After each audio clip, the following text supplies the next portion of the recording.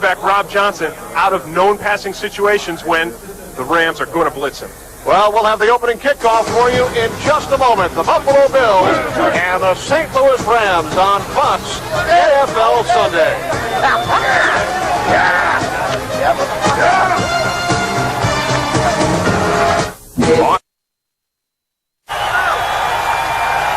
Kenny Albert, Jim Green back in Orchard Park, New York for the 0-2 St. Louis Rams under head coach Dick Vermeil. Home losses to the Saints and the Vikings. The Buffalo Bills 0-2 as well in Wade Phillips' first year as head coach. Road defeats at the hands of the Chargers and the Miami Dolphins. Isaac Bruce, the NFL's leading receiver, inactive today due to a hamstring injury. And the Rams have won the toss. They will receive 82, Tony Horn, a rookie out of Clemson. 83 on the right is J.T. Thomas. Steve Christie will get things started for the Bills in their 1998 home opener. Short kick handled by Thomas at the 11, out across the 25 to the 28-yard line.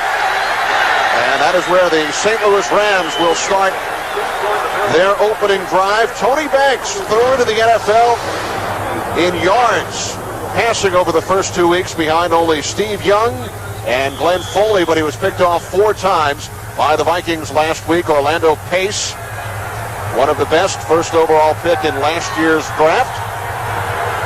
Ricky Prohl gets the start for the injured Isaac Bruce. Greg Hill is the featured back.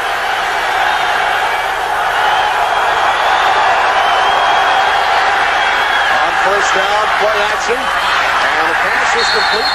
Out of the backfield, Derek Harris, the third-year pro out of Miami. Henry Jones made the stop. The Bills defensively ranked second in the NFL behind the Seattle Seahawks. Sean Price starting for Sean Moran. Bruce Smith, the 10-time Pro Bowler. Rogers, Holosek, and Northern, the linebacking core. Odin and Smith on the corners. Jones and Schultz are the safeties. Greg Hill cuts to the outside, across the 30 to the 31-yard line. A gain of 8. Kurt Schultz made the stop. One of the things the Rams wanted to do with their run game today was run right at Bruce Smith with his hurt knee. Here's Smith. Watch what they do. Derek Harris leads on him. He cuts him down, and that gives Greg Hill a nice big hole to run through. Smith told us yesterday they had to drill small holes in the top of his bone to try to regenerate cartilage growth in his knee. Third down and 2. Banks over the top. Ernie Conwell, the tight end, could not hang on to it. Had to hurt. Ernie Conwell has got a cracked rib, and he had that ball in his hands, and he takes a brutal shot from Gabe Northern. That's tough. I mean, that's just toughness just to be out there. Doesn't surprise me that he dropped that pass. Kevin Williams, the former Dallas Cowboy and Arizona Cardinal. Back deep. Former Bill Rick Chuton, who averaged only 31 yards per punt last week. Dick Vermeil was not happy about that, as Williams takes it out of bounds at the 28-yard line following a 9-yard return, a 51-yard punt by Chuton. Rob Johnson, only one NFL start prior to this season with the Jacksonville Jaguars, signed a big contract, $25 million. Here are the men protecting Johnson. They allowed 8 sacks last week in Miami. Molds and the great Andre Reed are the wide receivers. Antoine Smith, Sam Gash, the former Patriot, in the backfield, and the tight end, Lonnie Johnson. First and 10 Bills from their own 28. Antoine Smith up the middle across the 31 to the 33-yard line. Smith gains 5 on first down. As we check out the St. Louis Rams defensive unit, the front 4, led by DeMarco Farr, as well as Kevin Carter, Mike Jones, the former New England Patriot.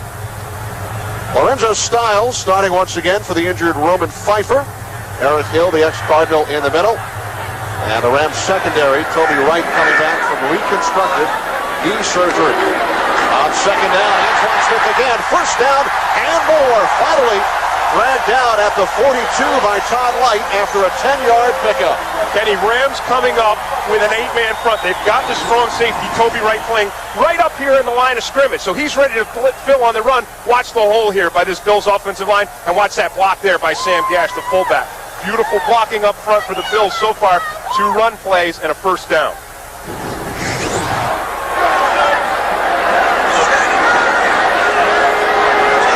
First and 10 from the 43. Third consecutive handoff to Antoine Smith. Across the 45 to the 46, he gains 3 more. Interesting talking to Antoine Smith yesterday and just talking about his life and how he didn't play football until he was a senior in high school. Then he took 3 years off to work in a mill to support his dying grandmother, and then ultimately went to college after that because she said that's what she wanted him to do. That's what he did. Now he's making millions of dollars in the NFL because of it. He earned $5.50 an hour dyeing cloth at the textile mill. Smith cuts it outside. Gains 4 yards to midfield. The Rams, Kenny, are continuing to play an 8-man front. They told us yesterday they wanted to force the Bills to throw the ball, force the ball into Rob Johnson's hands. Now, Lorenzo Styles misses the tackle on this. Every Ram has a hole to fill, and there's Styles' hole. You see that? He's got to make that tackle. When you play an 8-man front, you put a defender in every gap. You've got to make the tackle if the guy comes through your gap. Herman Thomas has replaced Antoine Smith in the backfield. Johnson. And he has met at the line of scrimmage Kevin Carter. Johnson could not find anybody downfield, and the Bills will punt it away. Even though the Bills did not convert, Rob Johnson has to be happy. At least he was in a 3rd and short situation. The critical thing for the Bills is to keep him out of 3rd and 7+, because if you're in 3rd and 7+, the defense can blitz, and you can't even get the ball out to a hot route for a first down. Chris Moore's first punt. Eddie Kennison returned one for a touchdown last week against the Vikings. Kennison across the 25 to the 26-yard line. Derek Holmes made the tackle, 44-yard punt, 20-yard return by Kennison.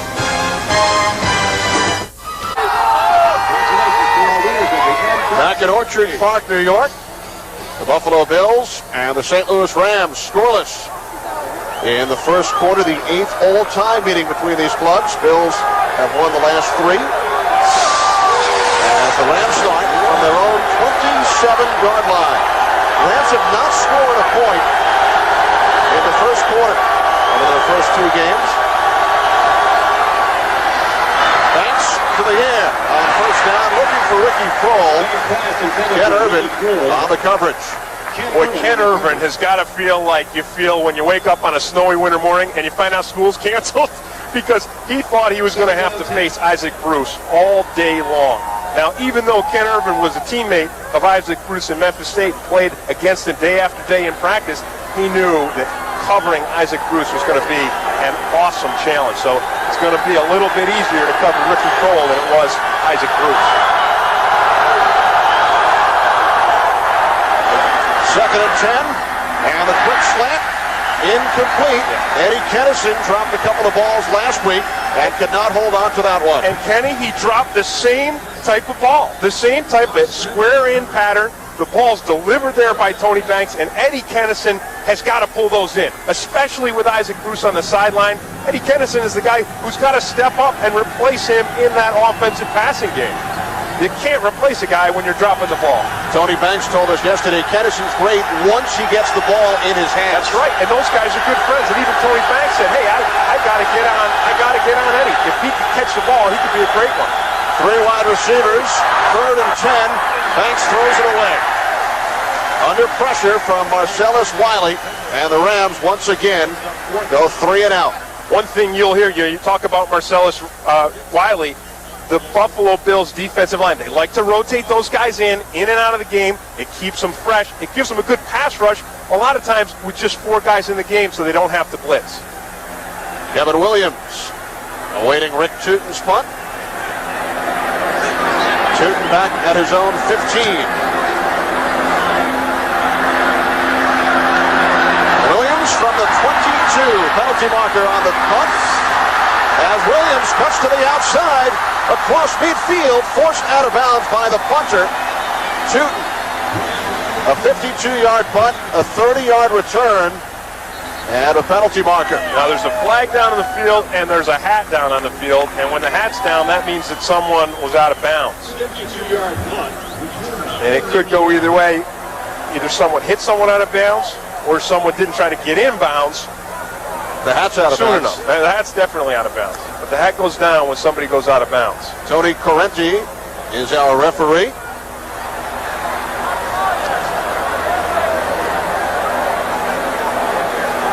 Two penalties on the play. Unsportsmanlike conduct, number 82 on the kicking team.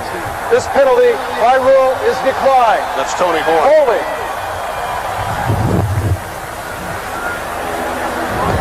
Holding, number 31 on the receiving team during the run. Great This penalty passes. will be enforced. 10-yard penalty, first down. So the Bills for their second offensive series of the afternoon when we return.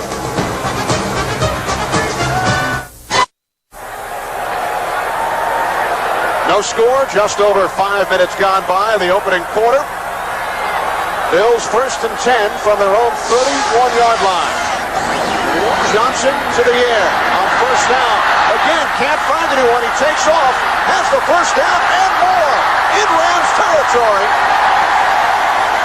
Down to the 37-yard line as Johnson, who on his first pass attempt during the last series could not find anyone. Same situation for a big gain. This is what the Bills liked about Rob Johnson, why they brought him here from Jacksonville. This is what the Rams feared about Rob Johnson. There's the pass rush. They leave that lane open. This guy's got the wheels and the ability to get downfield and pick up a first down. This guy's cut out of the same mold as a Mark Brunell, a Steve Young, a Cordell Stewart.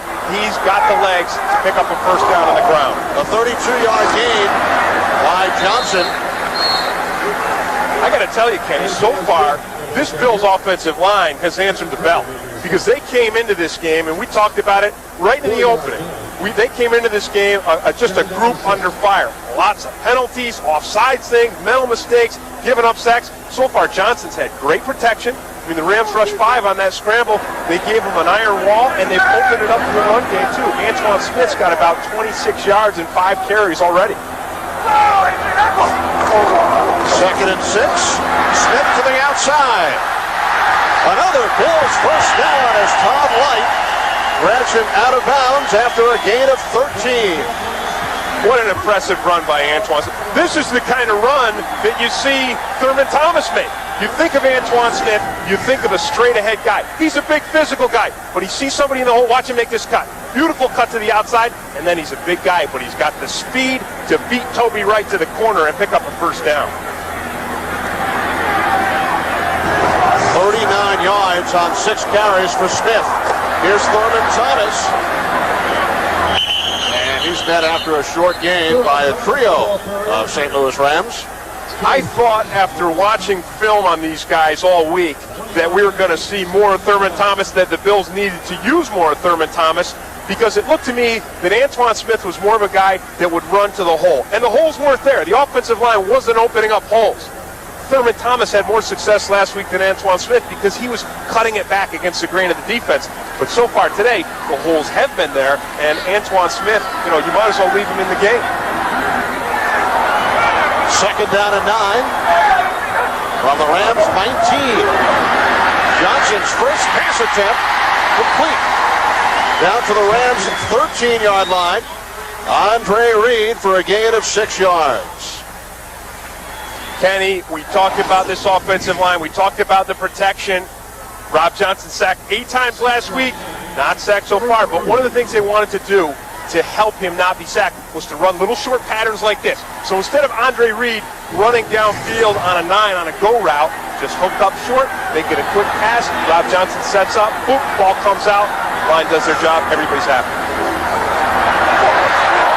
Quick slant complete. Thurman Thomas inside the Rams 10. As Thomas signals first down. Oh yeah. Another quick pass. That makes it easy. And what's happening now is this Bills offensive line and their confidence is starting to build. They've opened up the run game, and Rob Johnson hasn't been touched yet.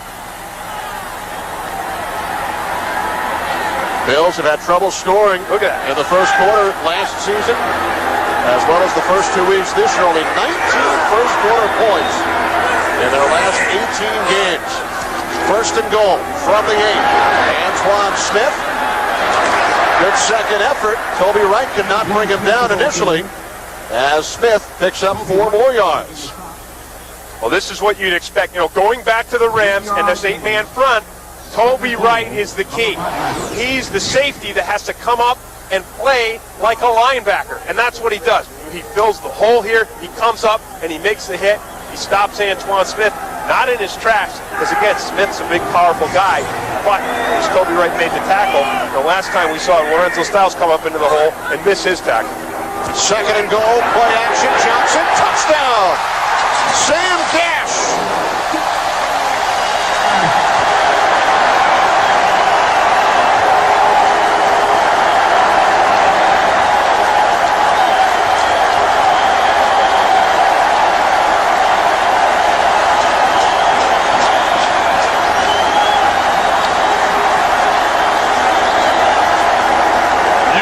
Drive for the Buffalo Bills. They worked it down the field, running, short passing, a Rob Johnson scramble, a Sam Gash touchdown pass to score their first touchdown in the first quarter in a long, long time.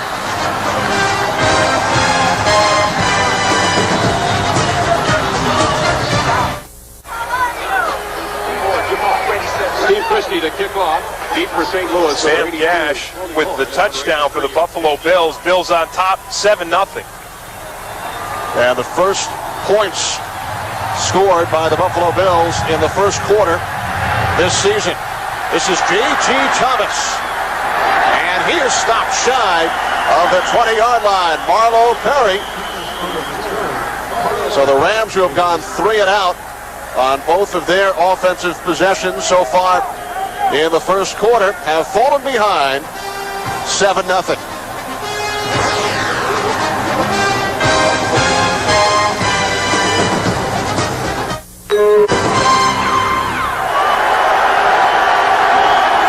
Rams trailing the Bills 7-0.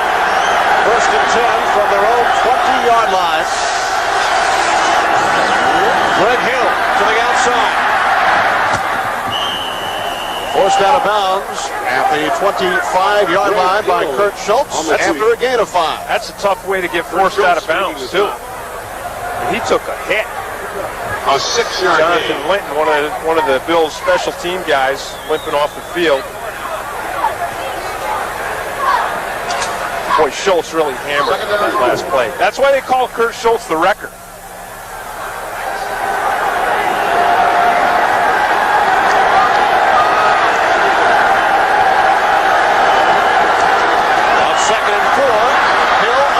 Outside, has the first down. And it was Schultz again, dragging him out of bounds, a gain of 10. Yeah, and running Kenny again, right at Bruce Smith. When you've got a guy who's as fast upfield as Bruce Smith is, and watch him here. Look at the penetration Smith gets. And then Orlando Pace just gets him on the back, boop, knocks him out of the way. And then there's a nice corner for Greg Hill, who's got outstanding speed. And if he gets to the corner on you, he can hurt you. There's the record.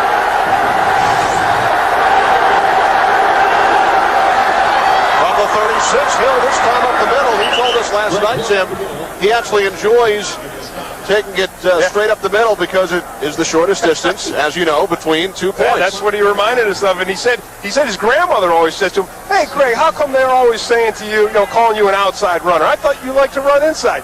He said, "Grandma, I do like to run inside, but they just say I'm an outside runner because I've got speed. Well, he likes to run up on the inside. You saw it there on that last play. The guy is not afraid to take it up and meet a little contact. Hill replaced by Gerald Moore, who fumbled 3 times opening week. Play action, and Banks pass again. Kennison unable to make the catch. Yeah, now that would have been a tough pass to catch for Kennison. It was thrown a little bit behind him, but again, he's got to do it. He's got to do it. The guy's got the speed. We know he's got the athletic ability. Watch here. He sees the corner playing way off. He breaks in again. Now see how that ball's thrown a little bit behind him, and he gets hammered by Holisek. But again, he's got to start to make those spectacular plays if the Rams are going to have success in their passing game with Isaac Bruce on the sideline. Third down and 5, 3 wide receivers. Banks from the shotgun. And Banks makes the connection with Ricky Prohl. First down inside the 40 to the 38-yard line. A gain of 21 yards. Yeah, a beautifully delivered ball by Tony Banks. And then, we talked about Ken Irvin, who's got to cover Ricky Prohl. Sometimes, you think school's out, school's canceled, then, your mom ends up having you sweep the garage. Here's Kenny Irvin over here. He's got the coverage, and watch this. Prohl gets just a little bit of separation. So Ken Irvin thinking maybe, well, I don't have Isaac Bruce. Maybe you start to, look, naturally you do. You start to take it a little easy. It's Ricky Prohl. All of a sudden, Prohl beats you for a first down. The Bears, 39. Hill up the middle, down to the 34-yard line. A gain of 5. And right now for an NFL update, the Packers and the Bengals. James Brown. Kenny and Tim, Favre, Robert Brooks victimizing the rookie Artrell Hawkins back for a 37-yard pass play. They bounce back and lead it now 7-3. The Pack over Cincy. Thanks, JB. And Kenny, that Robert Brooks catch, that's what I'm talking about with Kennison. That was a difficult catch to make, but receivers can make the quarterback that much better when they make great catches like that. Greg Hill looked to bounce it outside, but then met a fellow by the name of Bruce Smith. Yeah. And then the crowd, Bruce, because, look, they love this guy. One thing about running at Bruce Smith, if you're going to run at him, you better run at him, because he's coming upfield, and if you hesitate, look how slow this play is developing. And if the play is slow to develop, look, Bruce Smith's he's going to snip it out, he's going to find you, run you down, and slam you to the turf in the backfield. You're going to run at him, you better do it. Look at his split right on the snap of the ball. A loss of 2 on the play, 3rd down and 7. 3 wide receivers for Banks. Has the time, and the pitch is made. A beautiful catch by J.T. Thomas. Beautiful. Now that's what we're talking about.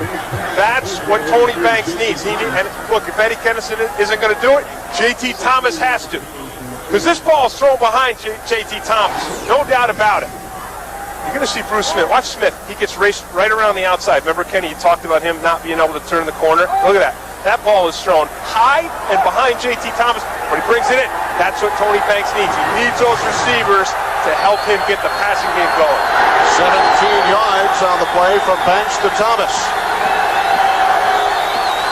From the Bills, 19. Greg Hill. And this time it was Marcellus Wiley, the second-year Bill out of Columbia. Unbelievable. The guy from Columbia. And I was talking with one of the Bills personnel people before the game, and he said, hey, Marcellus, how did you end up in Columbia? And he said, well, because the guy came out of California. There he is right there in the middle. Just sheds the guy, comes back inside, makes a tackle. He said, well, coming out of college, coming out of high school, I was 6 foot, 183. I was a running back and not very good. All of a sudden he goes to Columbia. He blooms. Very smart guy, by the way. Now he's a defensive lineman in the NFL. Powerful guy. From the 17, the inside handoff to Derek Harris. And he works his way down to the 2-yard line. Harris, who did not play at all last season, gains 15 yards. He was on the Rams roster, but did not play in a game. Well, you talk about power. I mean, look at the power on this. And what happens is Greg Hill's the decoy. Everybody's thinking, hey, Greg Hill to the outside. Just a little handoff. Harris hit it right up the middle like that. Now here's the power. Look at this. Wham! I mean, he did that to the record. That's Kurt Schultz. He wrecked the record. Kurt Schultz, who became a father yesterday morning for the 2nd time, along with wife Susan. And that will do it for the first quarter, with the Bills leading 7-0 Fox NFL Sunday will continue after these messages.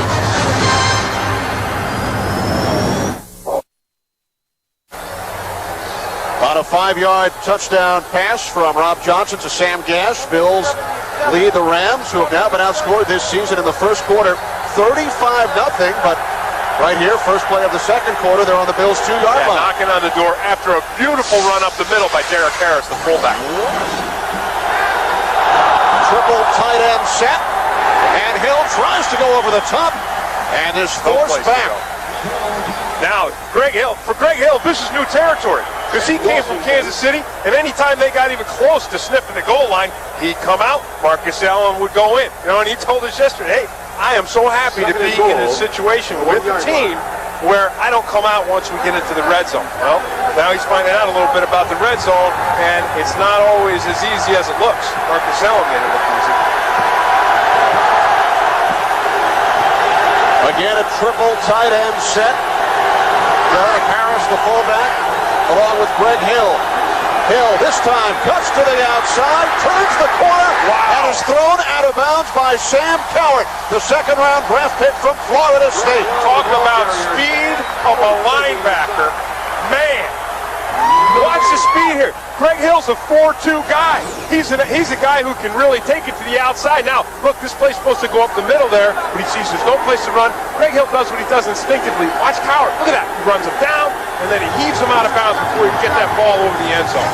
Beautiful defense. Great defensive speed there by a young rookie. They'll try it again. Third and goal. They got to get this in.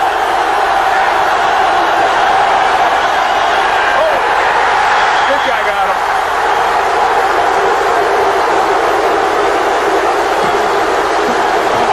Bruce Smith, who has led the AFC in sacks each of the last 2 years. You can't block this guy with a tight end. Watch him coming from the outside. Look at that. We got a tight end on him, Ty.J. Armstrong. That ain't going to work. Hey, his knee may be hurt. He may not be able to take the corner. He's going to get around a tight end as sure as the day you're born. 27-yard field goal attempt is good. Jeff Wilkins puts the Rams on the scoreboard, but they are held to a field goal following first and goal on the 2. Wade Phillips enjoying things.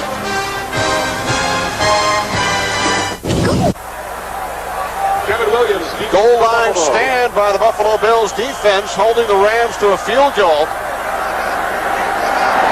As Wilkins gets it off, Williams will stay in the end zone. Touchback, so the Bills will start from their own 20-yard line early in the second quarter, leading the Rams 7-3.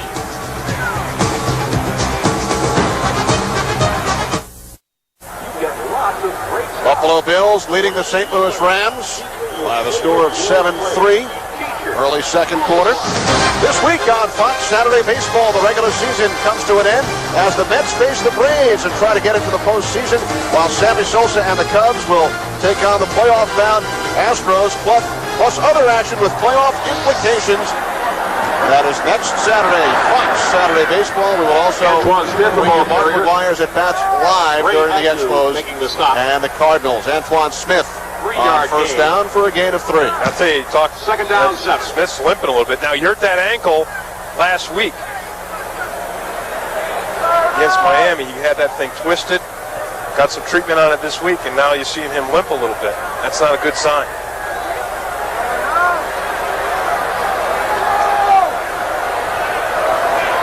Second down and 7.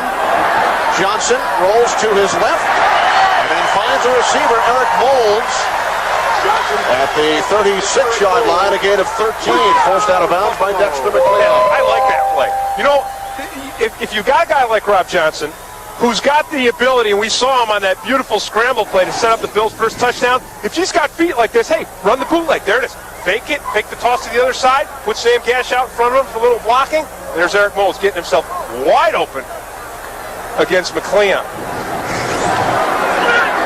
Johnson 3 for 3, now 3 for 4. Broke it up by Mike A. Jones, one of two Rams defensive players named Mike Jones. Yeah, that's just nice coverage by Jones. The Rams like his coverage ability, and a lot of times you've got to cover a back out of the backfield or a tight end coming out of the backfield. Look, that's Thurman Thomas. He does a beautiful job changing direction, and he breaks vertically on that play and just pops it right before Thurman Thomas can get it into his hands. That's beautiful coverage by a linebacker. Change directions with a back like Thurman Thomas.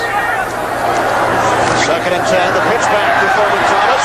Across the 45, dancing along the sidelines. A flag comes flying. Thomas gained 15.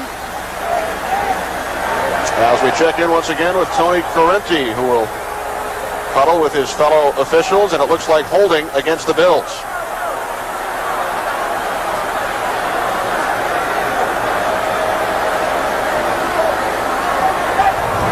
Holding, number 80, offense, 10-yard penalty. Repeat, 2nd down.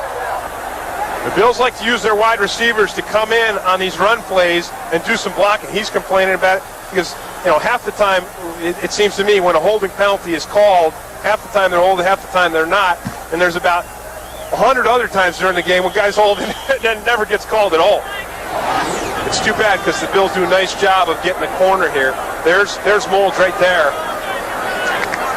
And, he has a little hold of the cloth on the shirt, but, that happens all the time. Technically, he was holding. Johnson on 2nd down. Dumps it off, and the ball pops loose, out of bounds. Garrett Holmes looked to make the catch, but it is ruled an incomplete pass. That's the kind of big play that Keith Lyle makes for the St. Louis Rams. Incredibly, this guy's got a ton of interceptions. He's a guy that loves to go to the ball, and he makes big plays. Now, I don't think he's had a great beginning of the season. I think the first couple games, he's been a little bit off in his timing. I've seen him slip and so forth. But that timing on that play was perfect because he came up from the defensive backfield, full force, full speed, and pops that ball out of there. Lyle, more interceptions over the last 3 years than any other player in the NFL. 20, which is amazing. Johnson on 3rd down. Holmes, the intended receiver once again. Ryan McNeil was right there. That wasn't a good pass by Rob Johnson. He threw that behind Holmes, and he knows it. But so far, besides that pass, Rob Johnson's been pretty accurate. He has shown great accuracy today, but as we said from the beginning, they've reduced the amount of plays, they've made their passing game shorter. So it's easier for him to be accurate with a shorter passing game. Chris Moore, 43 yards on his first punt. And the play is blown dead. Flags come flying. So Moore will do it again. If I said more, would I get a chuckle on you? M-O-R-E-M-O-H-R.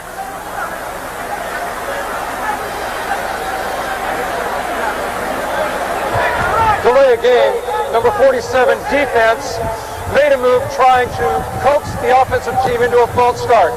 5-yard penalty, remains 4th down. Now what that is the new flinch rule.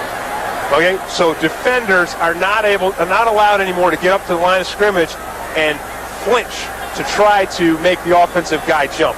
You can't do it. So defensive guys do it all the time, a lot of times on 3rd down in punting situations. And I used to do it down on the goal line where it was real noisy and you flinch and you get that offensive lineman to jump and get a 5-yard penalty. No more flinching. No more. Moore angling it towards the sidelines. And another flag, another hat.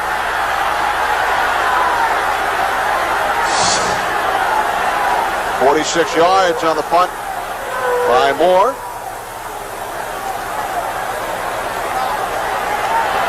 The hat signifying a player who went out of bounds. The hat was thrown before the flag. There is no foul on the play. The blocker was bumped into the receiver by his own man. First down. So no penalty, a 47-yard punt by Moore. We'll be right back.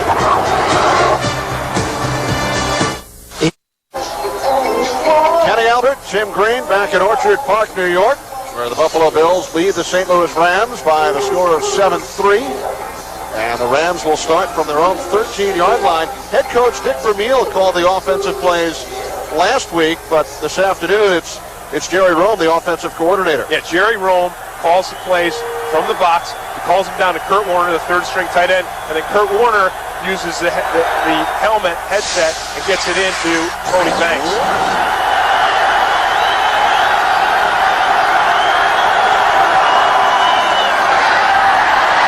Down, Ant Lee takes the handoff from Banks, his first carry of the game, and the former 49er and Viking gains 5. What you have to understand about the Buffalo Bills defense is that without Isaac Bruce in the game, it's like the Bills get to play with an extra guy. Because if Isaac Bruce was in the game, the Bills knew that they were going to have to double cover Bruce almost all day. That means taking one of these safeties, either Henry Jones there or Kurt Schultz on the other side, and roll them out into coverage so that there's always a guy deep covering Isaac Bruce and the quarterback can cover him short. Without that, safety can come out and play the run. Second down and 5. Greg Hill across the 20-yard line. Bills worked on their game plan, Tim, all week, and the number one focus was Bruce. Does it throw them off at all to find out an hour before the game that Bruce is inactive? Oh, I mean, it makes it great because they're already to step 2. Step 1 for the Bills was, we're going to have to try to shut down the run game with 7 guys because we're going to have to use, 2 guys, 1 safety, a cornerback on the other receiver, and 2 guys to cover Isaac Bruce. So they're already to step 2. They can shut down the run game with 7 guys or 8 guys if they want. 3 wide receivers. Thomas in motion. 3rd and 3. And Banks' pass was deflected. And it falls incomplete. He also took a hit. The Bills, Kenny, have been able, with this guy here, have been able to have an excellent pass rush with only rushing 4. Now, a blitz to the Buffalo Bills is they send an extra guy. They send 5. So you don't see the Bills typically sending safeties and cornerbacks and a bunch of different linebackers because with Bruce Smith, over the last 14 years, they've been able to have a very strong pass rush with just the defensive line. Rick Chooten back at his own 6-yard line.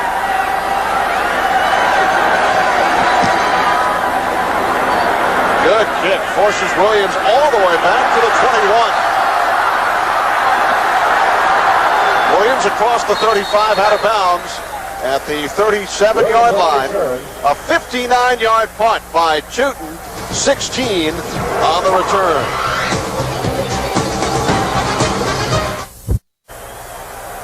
A 7-3 lead for the Buffalo Bills in their 1998 home opener. Next week, a Fox NFL doubleheader as the NFC champion Packers head to Carolina to meet the Panthers. And some of you will see the St. Louis Rams and the Arizona Cardinals. And then it will be the 49ers and the 2-0 Falcons next week on Fox NFL Sunday. Antoine Smith. Right? I told you at the beginning of the year, I said the Falcons have got a good team. 2-0. 2-0. Victories their first 2 weeks off today. And they will take on the 49ers next week in San Francisco. And the New Orleans Saints also 2-0. Off to a good start under Mike Ditka.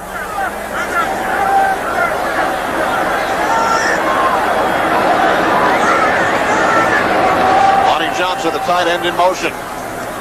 2nd down and 5. Smith for a short gain. During the Bills' scoring drive in the first quarter, Rob Johnson, the key play as he scrambled for 32. Yeah, well, his offensive line does a nice job protecting him. He sees no one downfield, and then here's Rob Johnson using those legs and the great running ability he has to scramble, pick up a big first down, and then a few plays later, it's Sam Gash, little play action pass, Gash wide open in the end zone. Johnson was the Bills' leading rusher in their game against Miami last week. Right here, facing a 3rd down and 4 from their own 42-yard line. Johnson over the top. Thurman Thomas in Rams territory. First down and much, much more. Down to the St. Louis 38, a gain of 20. Because Rob Johnson is in 3rd and 4, the Rams defense can't blitz. it's much more risky to blitz in 3rd and 4. But watch what Rob Johnson does in this play. He looks downfield, doesn't see his guys open, and he dumps off the short pass to Thurman Thomas. Rob Johnson is just taking a step in his game because Joe Pedri said last week he was looking more downfield. Actually, it was Wade Wilson said. First down from the 38-yard line. Play action. And Johnson again makes the connection. Eric Bould's second catch of the game. Yes, Wade Phillips told us yesterday that Johnson is more apt to look downfield or take off, that the dump-off pass is not natural to Johnson yet. But it seems like it's becoming natural today. Yeah, Wade Phillips, of course. I said Wade Wilson, my old teammate, quarterback. But yeah, I mean, and Johnson so far today has completed a lot of balls, and most of them have been short passes. I mean, the longest one he's had is 13 yards. 50 yards in all, 6 of 9. 2nd and 8. As Johnson looked to roll to his left, and he saw DeMarco Farr and Mike A. Jones in his face. And there's that pressure that the Rams defense hoped to exert a lot sooner than with 7 minutes to go in the second quarter. This is what they wanted right from the start. They wanted these guys to get some penetration up front and get on Rob Johnson right away. Nice redirection by DeMarco Farr. He's a quick guy, always an upfield guy. I think that's the first time I've seen Johnson take a hit to the chops. And he was banged around in each of the first 2 games, suffered a concussion week 1.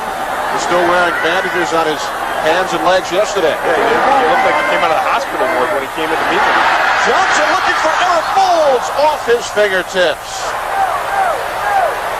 Johnson's pass intended for Eric Bould is a guy who has great physical talent and ability, and we've seen him make some beautiful catches. Last week he made a spectacular catch in the end zone for a touchdown, and here this ball is thrown just on his fingertips. And he's got to make a beautiful catch, and he doesn't. Now here's Johnson taking another shot from DeMarco Farr. That one hurt. That jarred him. for St. Louis.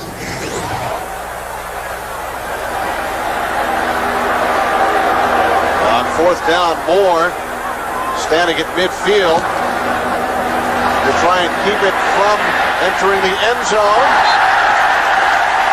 And he did. A beautiful punt by Moore. Catching the corner just inside the 2-yard line.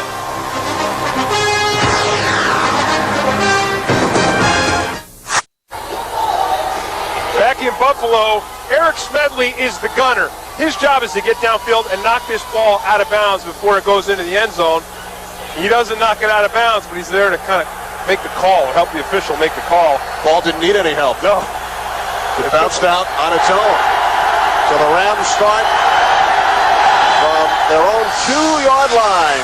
Greg Hill. Uh-oh, look out. Hill still on his feet across the 40 to the 47-yard line. Finally chased down by Thomas Smith. A gain of 45 yards. Man, that's what a guy like Greg Hill, who's got that speed to run to the outside. But if he ever gets up the middle on you, look out, because the safeties most times are going to miss him. So watch it here. It's right up the gut. He takes it right in the hole, and once he squeezes through that hole, now the safeties miss him, and the cornerbacks have got to run him down. And the only reason Thomas Smith runs him down is he's got an angle on him. Officially 46 yards. He's got to come take a breather now. That's a way to pick up some field position in a hurry. Take yourself right out of a hole and turn the thing right around. And a play blown dead. Penalty markers. If this is a delay of game, which it is, Offense, 5-yard penalty remains first down. this is something that Tony Banks told us yesterday that he has really struggled with. He said the plays come in late, and I've talked to Coach Ramil about it, and I thought that's one of the reasons why Jerry Rome was going to be calling the plays, because it's Rome's offense. But Dick Ramil likes to make the calls, but today, Rome's the guy making the calls, and Tony Banks thought the call was going to be coming in sooner and allow him to avoid those delay of game penalties. Play action. Banks looking downfield. And it's incomplete. Eddie Kennison. Or did he make the catch? I think he got it. Yeah, they're calling it a catch. There it is.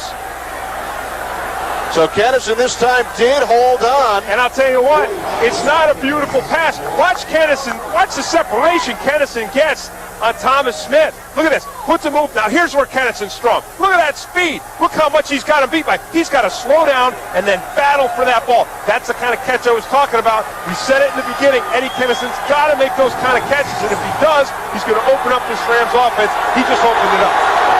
45-yard reception. Banks calls timeout with the play clock winding down. It was down to 2. Banks uses his first timeout. That's a problem, and it's something that they've struggled with. And I think part of the answer was to get Jerry Rome to call the plays directly. Tony Banks felt they'd come in a little more crisper and a little quicker, but we haven't seen that on this series yet.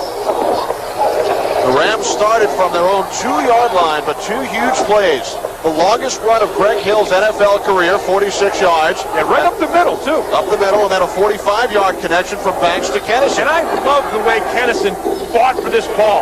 I mean, Tony Banks puts it up, and basically it's one of those balls where the quarterback's saying, okay, I believe in you. You got to fight to bring this down. Look how badly Kennison has Thomas Smith beat. Look at it. Now he's got to slow down. Now watch. Now here's the critical point right there. The ball's in his hands. Thomas Smith gets his hand on Eddie Kennison's arm. Kennison hangs on. Beautiful catch. And Lee in the backfield. 3 wideouts.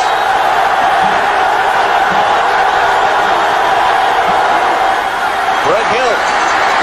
Hill for the end zone. Touchdown, Rams, and they lead for the first time this season. Oh, man, what a block by Orlando Pace on that play right there. Man, did he open up a hole. Pace and Fred Miller. This is a great play for the Rams. Watch, they spread the defense out. They send Ampli out in motion to spread it out. Look at this blocking here. Look at that. Look at Pace. Man, he gets right up under Sam Rogers and just blasts him back.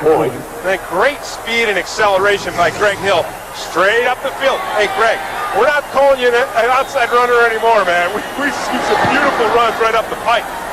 Wilkins hands the point after a 3-play, 98-yard drive. How often do you see that? You don't very often, and some beautiful plays. 2 excellent runs by Greg Hill, and then a beautiful catch by Eddie Kennison to fight, hold on to that football. Greg Hill ran out, he's losing his shoe. He's going to have to spat that thing up. Watch his blocking here. Here's Orlando Pace. Look at this. Nice block down. There's Fred Miller there. Look, Miller gets a block on Holisek. That's outstanding work. Everybody is getting a block up front. And Greg Hill, instead of breaking it outside, look at this. Turns it right up. And, you know, when you turn it right up, there's Big Ted Washington gets a hand on him. That's the reason why it's dangerous. You know, the big guys are swimming around in there like sharks, you know. So if you're going to turn it up, man, you're taking a chance on taking a big hit. And there is Kurt Warner, who you mentioned earlier, the third quarterback, who sends the plays in from offensive coordinator Jerry Rome. A 3-play, 98-yard drive, giving the Rams their first lead of the season. Wow. And Dick Vermeil's got to be particularly pleased because these guys are doing it without Isaac Bruce. I mean, you have to remember that. That is a huge handicap for the Rams, to not have your team's best player. Last year, Bruce missed 4 of the first 5 games with a hamstring injury. They won 2 of those 4.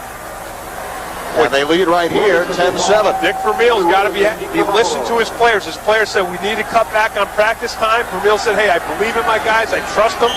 So Kevin Williams out across the 30 to the 33-yard line. 33 yards on the return. Leonard Little made the tackle.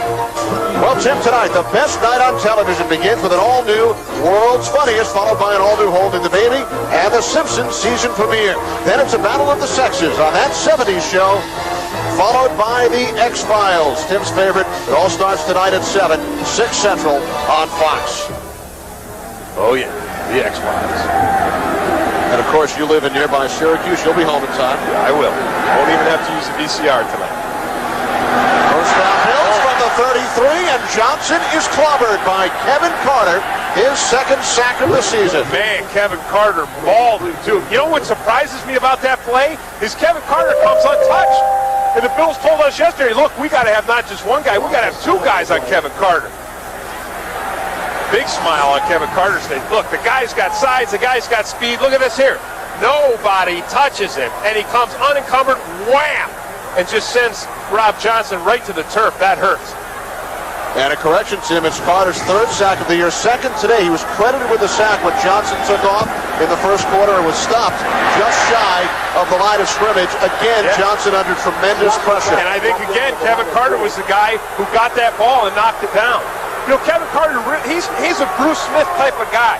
He's a big, tall, rangy guy who can run, and he's got great athleticism. He can rush the passer on the outside. He's a strong guy. He plays the run well.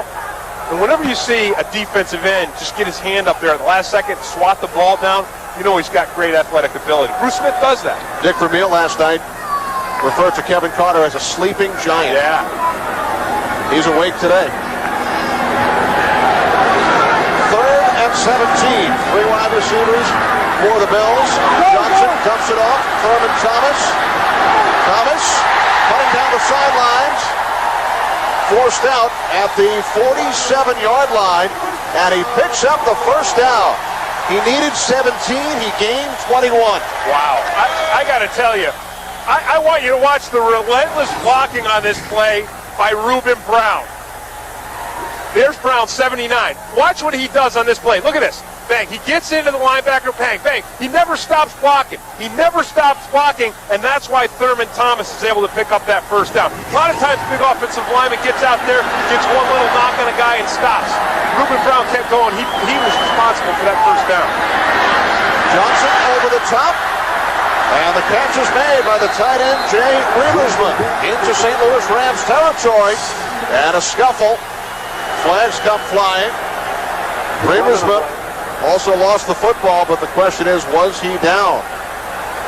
I got to tell you, it's really working for the Bills, what they wanted to do. First, they are able to run the ball. Second, the short passing game is very effective for them. And the flag looks to be against Buffalo. At least the Bills think so. They've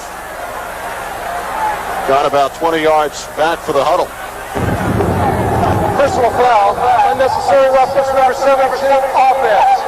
15-yard penalty, remains first down. That's Joe Panos. Now look, this offensive line has come under a lot of criticism over the last couple of weeks because of the sacks they've given up, because of the penalties they've committed. But an offensive lineman, look at that, what he's doing, and look, he's taught to do that. Because he sees Toby Wright on top of one of his guys with the ball, and he is taught to come down and you clean up the pile. Because if they're putting guys on your guy, you protect your guy, you clean up the pile. I'm not saying it's not a penalty. I'm just saying for an offensive line that's trying to reestablish themselves as a unit, as a unit that's going to lead the team, toughness, all that stuff, you see a guy who's piling on to your guy, you're going to clean the pile. And the Bills call their first timeout with 3:23 remaining in the first half, trailing the Rams by the score of 10-7. The problem with this penalty is it could be a critical drive-killing penalty, and that's one of the things that the Bills' offensive line has had problems with.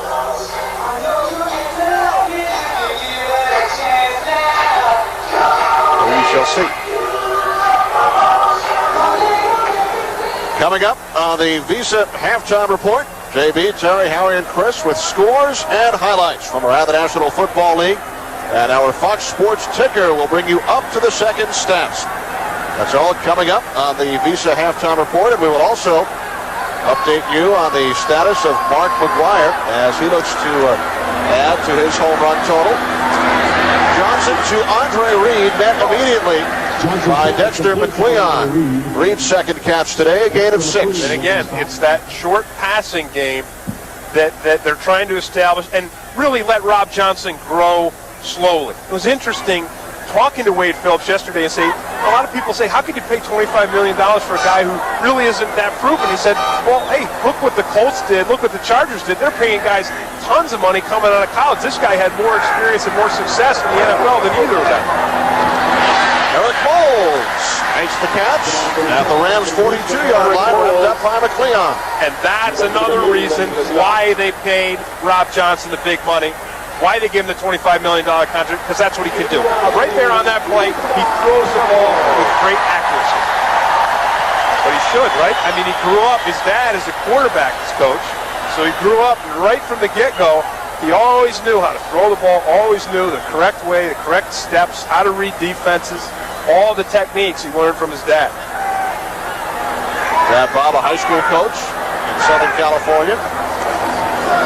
Play action on first down, and Johnson is taken down. DeMarco Farr coming up with his third sack of the season.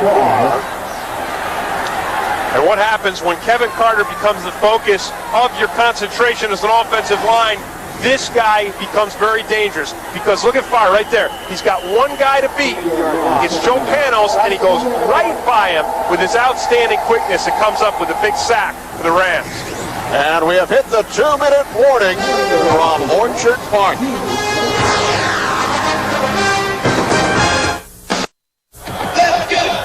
Well, they need coolers today in Buffalo, not heaters. That's a little different. 80-degree day in Orchard Park. Second and 18 following the sack. As Johnson's pass complete. Once again, it's the tight end Remersma down to the Rams 33. Charlie Clemens made the stop, a gain of 17. Yeah, Rams come with only 4 pass rushers, and the Bills' offensive line does a nice job of protecting Rob Johnson. And again, it's that short passing game right down the center. Look at there's Kevin Carter right up top. He gets a chip. He gets double blocked. 2 guys blocking Kevin Carter, and then nice protection there, enabling Rob Johnson to get that pass off.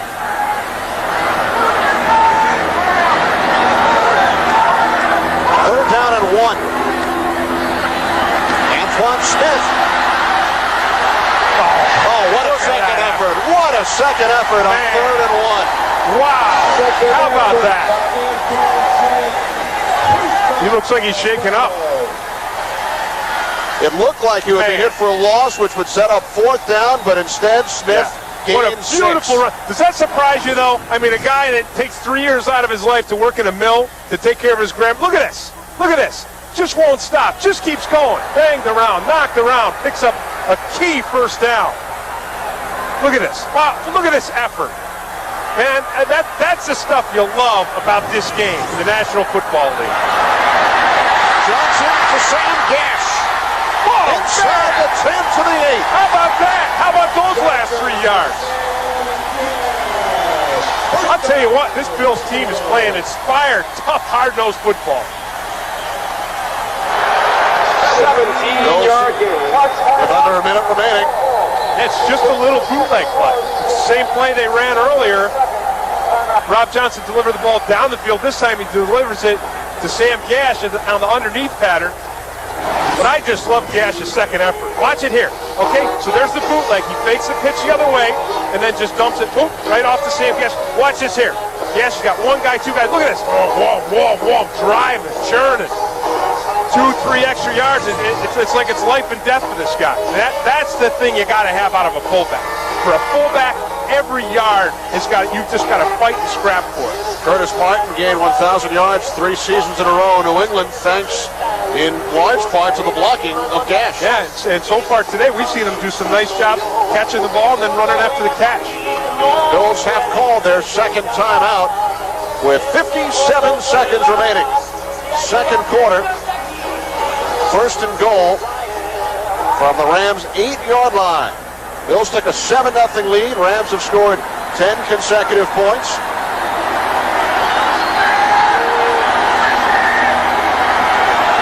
Remersma in motion. Double tight end set. Motion. And penalty markers come flying. Yeah, it looked like Reuben Brown. He had 3 of those things last week. 3 of them. Prior to the snap, false start, number 79, offense, 5-yard penalty. It's Reuben Brown. But I'll tell you what, even though the offensive line, we saw Panos with a couple penalties earlier. Here's Reuben Brown right here. He's going to go offsides. But so far, even though they've had a few miscues, they've had a lot less than they had last week, and they've done a nice job in the run game and also in the pass protection, giving Rob Johnson the time he needs. Johnson's hit on 6 consecutive pass attempts. First and goal from the 13. Holds in motion. Johnson fires to the end zone. Touchdown! Andre Reed.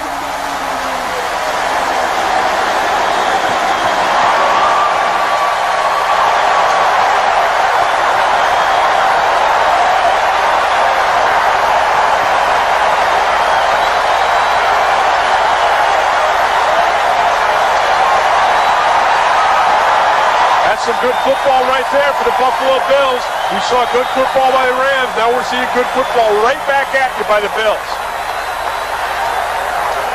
Christie gets the extra point. And the thing I love about this drive that results in the Bills' touchdown, Kenny, was Antoine Smith refusing to go down and picking up a critical first down. Watch the protection here. Now, Rob Johnson is able to step up. Watch him step up. He feels the pressure from Carter from the outside. He's able to step up because his line gives him the pocket. And when he steps up, he has the time and the ability to just lace this ball right in there. Just over the underneath coverage by the linebacker and just in front of the cornerback coverage by Dexter McCleon. 83rd touchdown of Andre Reed's illustrious career, 10th most in league history. And he also has become the first Buffalo Bill non-kicker to score more than 500 points in a career. And you know, Andre Reed is only going to get better. This is a new offense. Andre Reed missed a lot of training camp, missed a lot of time with some injuries, and he really doesn't have the chemistry with Rob Johnson that he will have, because every game Reed and Johnson are getting to get to know each other a little bit better as players, and I think that combination is going to be dangerous. He spent 10 years with the same quarterback, Jim Kelly. So career touchdown number 83 for number 83, Andre Reed. And the Bills have regained the lead. They got some enthusiastic fans here, too. I love to see guys painting their face, you know, because it just tells you that, hey, I'm willing to do anything to let everybody know I'm a fan. One of our Fox colleagues, Ray Bentley, a former Bill, used to paint his face. I think it's a Buffalo thing.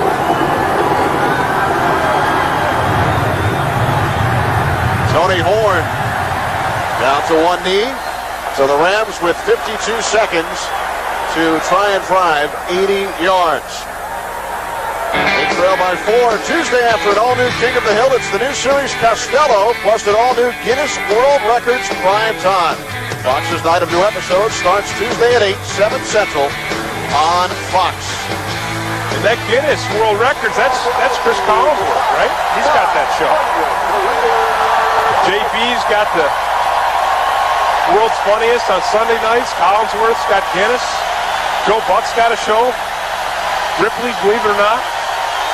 Fox Sports guys all over the airwaves. And some of us are writing books. That's right. Rams drove 98 yards on their last possession, but with the clock winding down, under 45 seconds remaining in this first half.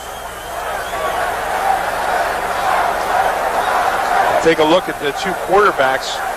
Tony Banks, only 40% completion. Rob Johnson doing quite a bit better, with almost twice the amount of yardage and 2 touchdowns. Tony Banks, 0. And Banks, of course, without Isaac Bruce. But Banks did have that one key throw to Eddie Kennison to set up their first touchdown. At 45 yards. And the Rams will run out the clock. Hill up the middle. As he approaches the 100-yard mark. That will do it for the first half. Greg Hill, 14 carries, 100 yards for the Rams, plus a touchdown. But the Buffalo Bills in their home opener, they lost their first 2 on the road, both close games. Rams lost their first 2 at home, both by a touchdown. Of course, Dick Vermeil, has to play without Isaac Bruce. But his offensive line's done a nice job, and Greg Hill has really, again, exploded onto the scene for the St. Louis Rams. Tonight, the world's funniest will put...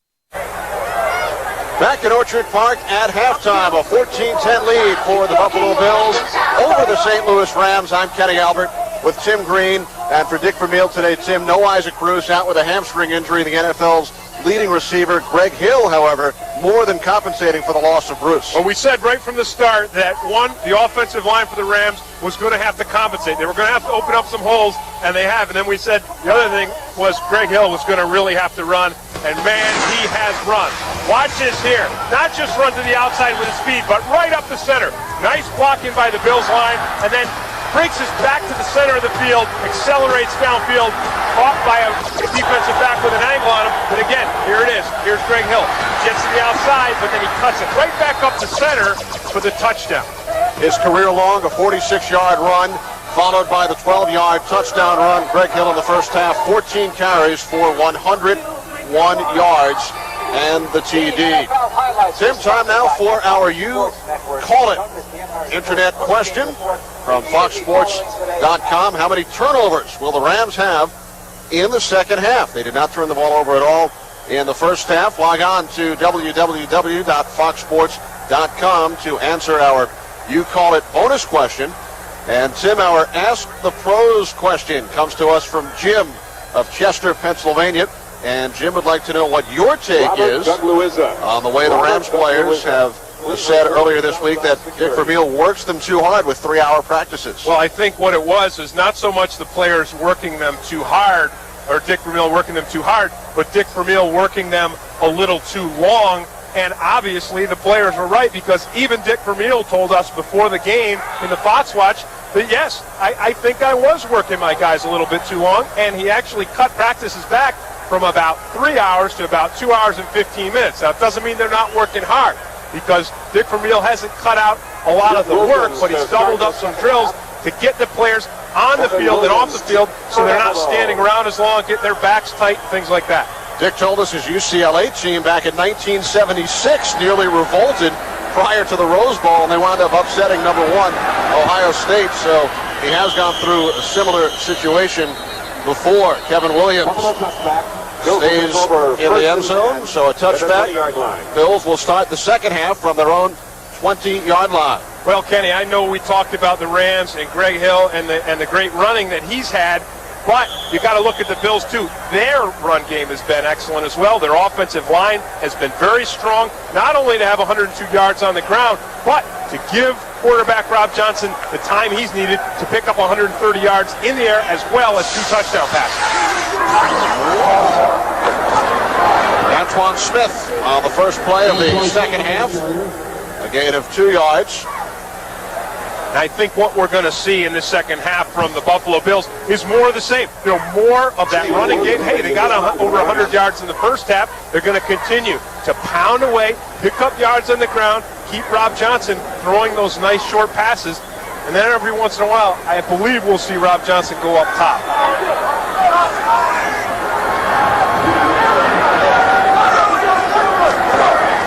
Second and 7.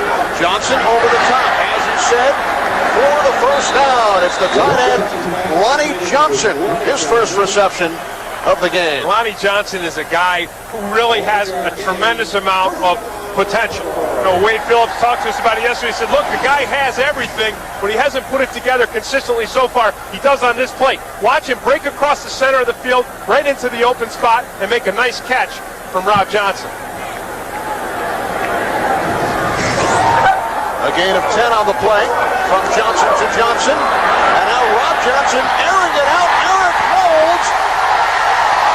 And he made the catch. At the Rams 26. As I said, they're going to, run game, short pass, and then I think they're going to try to go up top and go long. That's their up top play, and it's a beautiful connection between Rob Johnson and Eric Moulds. You know, we talked about Andre Reed and Johnson not having the great chemistry because Reed missed a lot of training camp. Well, that was to the benefit of Eric Moulds. Beautiful catch, beautiful concentration by Eric Moulds on that play, because you saw the ball tipped off his hands, bounced off his pads, and he still brought it in. A gain of 41 yards. Antoine Smith, and initially by Keith Lyle. A gain of 3 down to the Rams 23.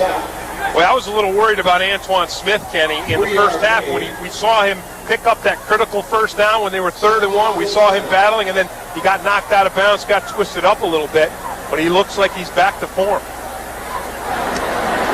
Interesting talking to him yesterday and having him talk about how he loved basketball, but people kept telling him, hey, you could have a career in football.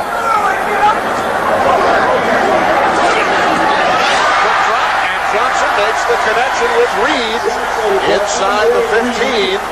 Another Bills first down. You know, we talked about, I know, great catch by Reed, nice connection there between Rob Johnson and Reed, nice quick passing.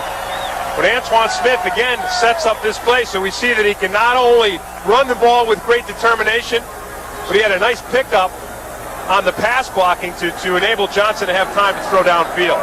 Kevin Carter of the Rams out with a calf strain. Replaced by Jay Williams. The pass batted and nearly picked off by Todd Light. Yeah, that looked like Johnson just tried to throw it through the defense. Literally. Of course, he's got that protective thing on his chin there, Kenny, with the 16 stitches underneath from a hit he took a couple weeks ago. Doug Flutie came in to replace him, did a nice job. Johnson's been very, very sharp today. He had completed 10 in a row until that last attempt. Vernon Thomas. Oh, man. Into the end zone. Touchdown, Bills. Talk about blocking.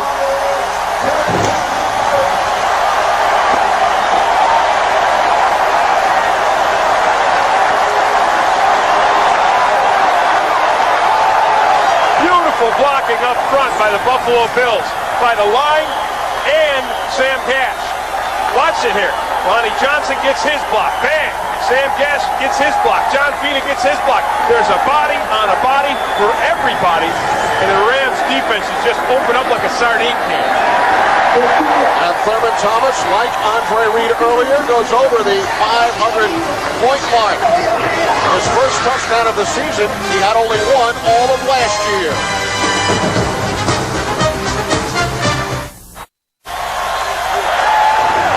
Back at Orchard Park, the Buffalo Bills home opener, and they lead the St. Louis Rams by the score of 21-10.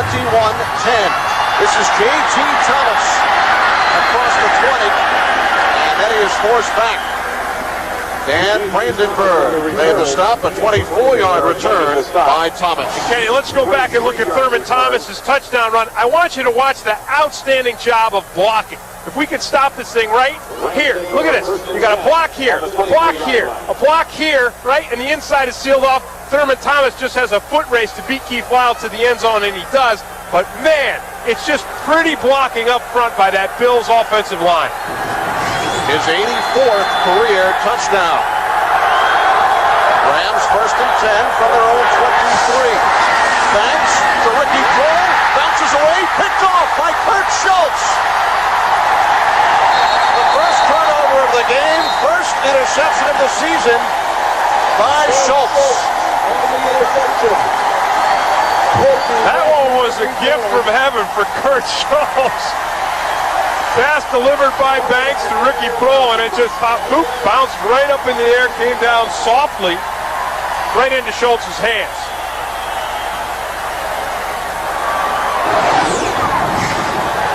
Prohl's down here. You're going to see him break here to the inside, and the ball is delivered pretty well. There's that break. Actually, the ball was a little behind Ricky Prohl. I'm going to take that back. That ball was thrown behind Prohl. So it bounced off Prohl's hands and into Schultz's, but it was a poorly thrown pass by Tony Banks that led to that interception. So the Bills start from their own 16-yard line. Johnson to the end zone, touchdown! Jay Remersma, 16 yards. And the Bills capitalize on the first play following the Rams turnover. You know, Kenny, the Rams told us yesterday, they said, we're nervous about the tight end from the Bills because Joe Pendry, who's the Bills' new offensive coordinator, used to really hurt us when he was with the Carolina Panthers. They get down in the red zone, they get that tight end going, and Remersma has been the guy. Carolina, it was Wesley Walls, but boy, Joe Pendry going back to his old trick of using the tight end against this Rams defense.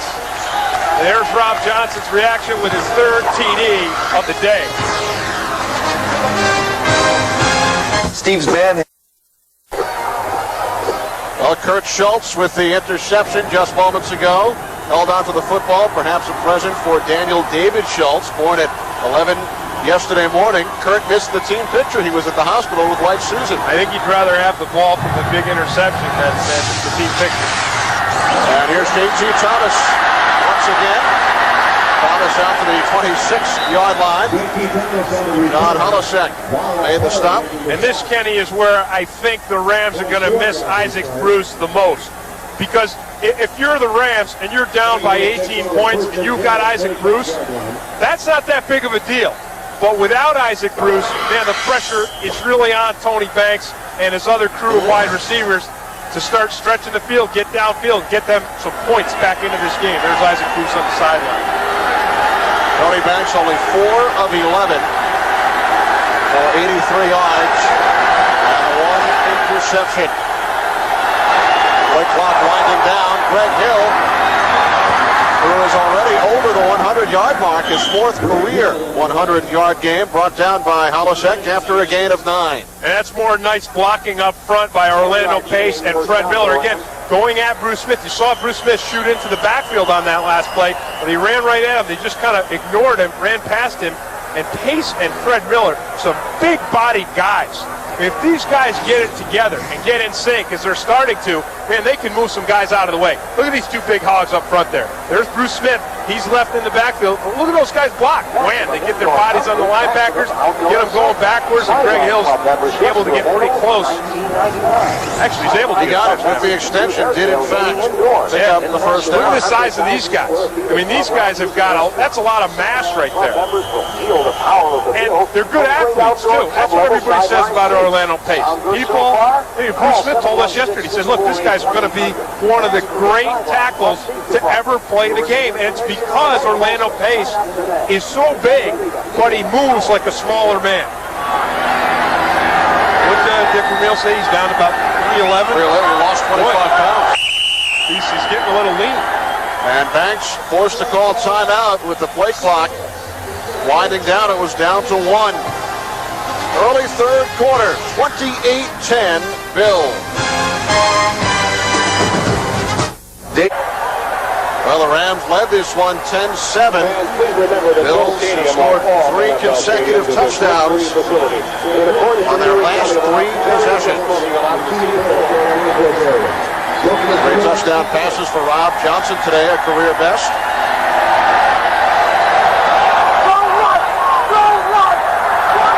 Rams come out in a passing formation. 3 wide receivers. Banks rolling right, looking downfield. And Ricky Prohl, what an extension. Makes the catch and a flag comes Beautiful flying. catch. I think he was out of bounds, though. 2 officials without their hats, which would indicate that somebody, And if Prohl was out Probably of bounds, Prohl. yeah, he cannot be the first person to touch the ball unless he was forced out of bounds right. illegally.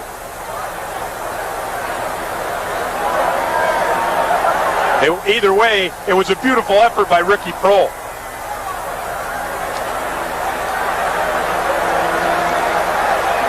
Two penalties.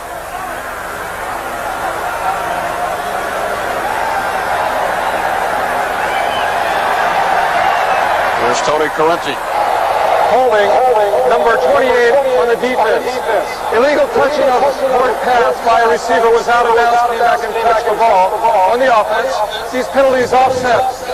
Replay first down. So Prohl did in fact step out of bounds without being forced. Yep. And Thomas Smith called for the hold. Yeah, now here's Prohl right here. Ken Irvin working on him. Irvin just back, puts the move on him. And there it is, right there. Out of bounds, cannot be the first person to touch that ball. Too bad, too, because as I said, as you said, it's a beautiful catch. Prohl led the Chicago Bears in receiving last season. So the Rams will do it again. First down on their own 36-yard line. Ant Lee in motion. Banks overthrows Eddie Conwell. Picked off. It's Schultz again.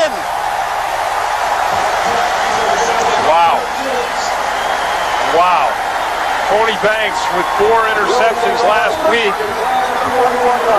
is having the same kind of problems today.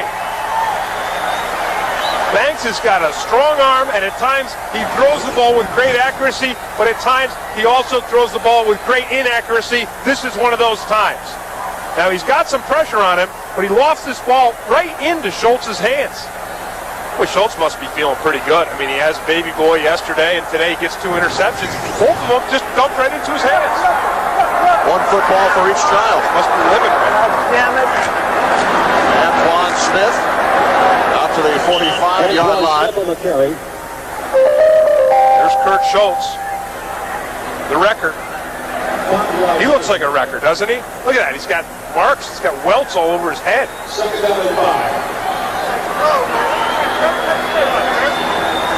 2 interceptions here in this third quarter for Kurt Schultz. Bills scored 14 points within a 25-second span earlier this quarter. Looking to add to their lead. Smith once again into St. Louis Rams territory. Toby Wright finally brought him down after a gain of 7. Well, these guys are doing a nice job up front for Buffalo. I like the blocking. I like the lead block by Sam Gash. Watch the hole. Here it comes right here. Nice blocking up front. A man on a man. There's Sam Gash. He knocks out Lorenzo Styles, and they provide some nice running room for Antoine Smith. Smith's a big guy, and you'd think that his biggest asset would be as a power runner, but really his biggest asset is his speed. Andre Reed in motion. And Johnson had trouble with the snap. The Rams have it. And the Rams have recovered. First Bills turnover. Fumble on the snap. Recovered by St. Louis. Ray Agnew's the guy who brings it up. You know, sometimes you're rutting around in there, you're a nose guard, you know, you're knocking around, you don't get too much credit, and all of a sudden there's the ball. Take over first and 10 on their 49 turn back around. All right, here's the snap. Let's see where the ball goes. Yep, it's in his hands. It looked like Reuben Brown actually knocked it out of Rob Johnson's hands. Didn't it? Reuben Brown pulling on the play, looked like his arm came up and knocks the ball. Watch Reuben Brown. Yeah, Reuben Brown just tips that ball and knocks it right out of Rob Johnson's hands. Reuben Brown's too quick for his own good. Now the Rams have turned it over twice the last 3 offensive plays. Some triggering.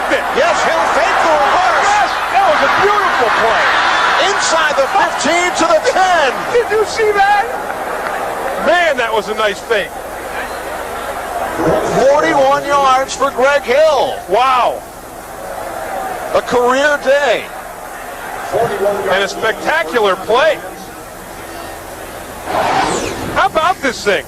Watch it here. They toss it to Hill, and then they fake the reverse. Ricky Prohl does a nice job, but the best thing about the fake was Greg Hill looked back. He stopped looking at the defense. He looked back at Prohl, and that's what really threw the defense off. Banks could not find anyone, and has taken down Sam Rogers. Remember earlier how we said that most times the Bills rush 4, every once in a while they rush 5. So when you're not a big blitzing team, and all of a sudden you do blitz, you have a real advantage. Here comes Rogers right off the edge. Look at that. And nobody's expecting that. There's 2 linebackers coming, and one of them comes unblocked. There's Coward up the middle. Rogers comes around the edge. He's able to actually get the sack. Second Bills sack today. Rogers' second of the season. And Banks forced to call timeout again. Second one of the half. Play clock's at 1 second. Rams have got to straighten out their play calling. I never walk into a place I don't know how to walk out of. Let's go! You worried about Semyon Skid? Yeah, I am. Covers my body. About a half hour from Niagara Falls. Kenny Albert, Tim Green in Orchard Park, New York. Rams on the move. Second and 12. On the Bills' 13-yard line. 3 wide receivers. Banks from the shotgun. Goes to the outside. makes the catch. Banks pass. Down to the Buffalo 7. Kurt Schultz and Henry Jones on the stop. You know, Kenny, Tony Banks has really struggled today to complete the ball. I mean, right now, he's 5 for 13 with only about 90 yards and 2 interceptions. He has had a rough day. Rough week last week, rough day today. Once again, you have to remember, he's without his biggest target. That's Isaac Bruce. He's also been forced to call timeout twice here in the third quarter due to the play clock. 3rd and 7. Banks takes off, as he did on the last play of the game last week when he fell 1 yard short, and this time is well short of the first down marker. This is just confusion on the offensive line because they just leave a Bills defender come completely untouched. I think it was Phil Hansen. Jeff Wilkins is So Jeff Wilkins, who hit from 27 earlier, will attempt a 25-yard field goal, and it just makes it through. But for the second time today, a terrific defensive effort in the red zone holds the Rams to 3 instead of 7.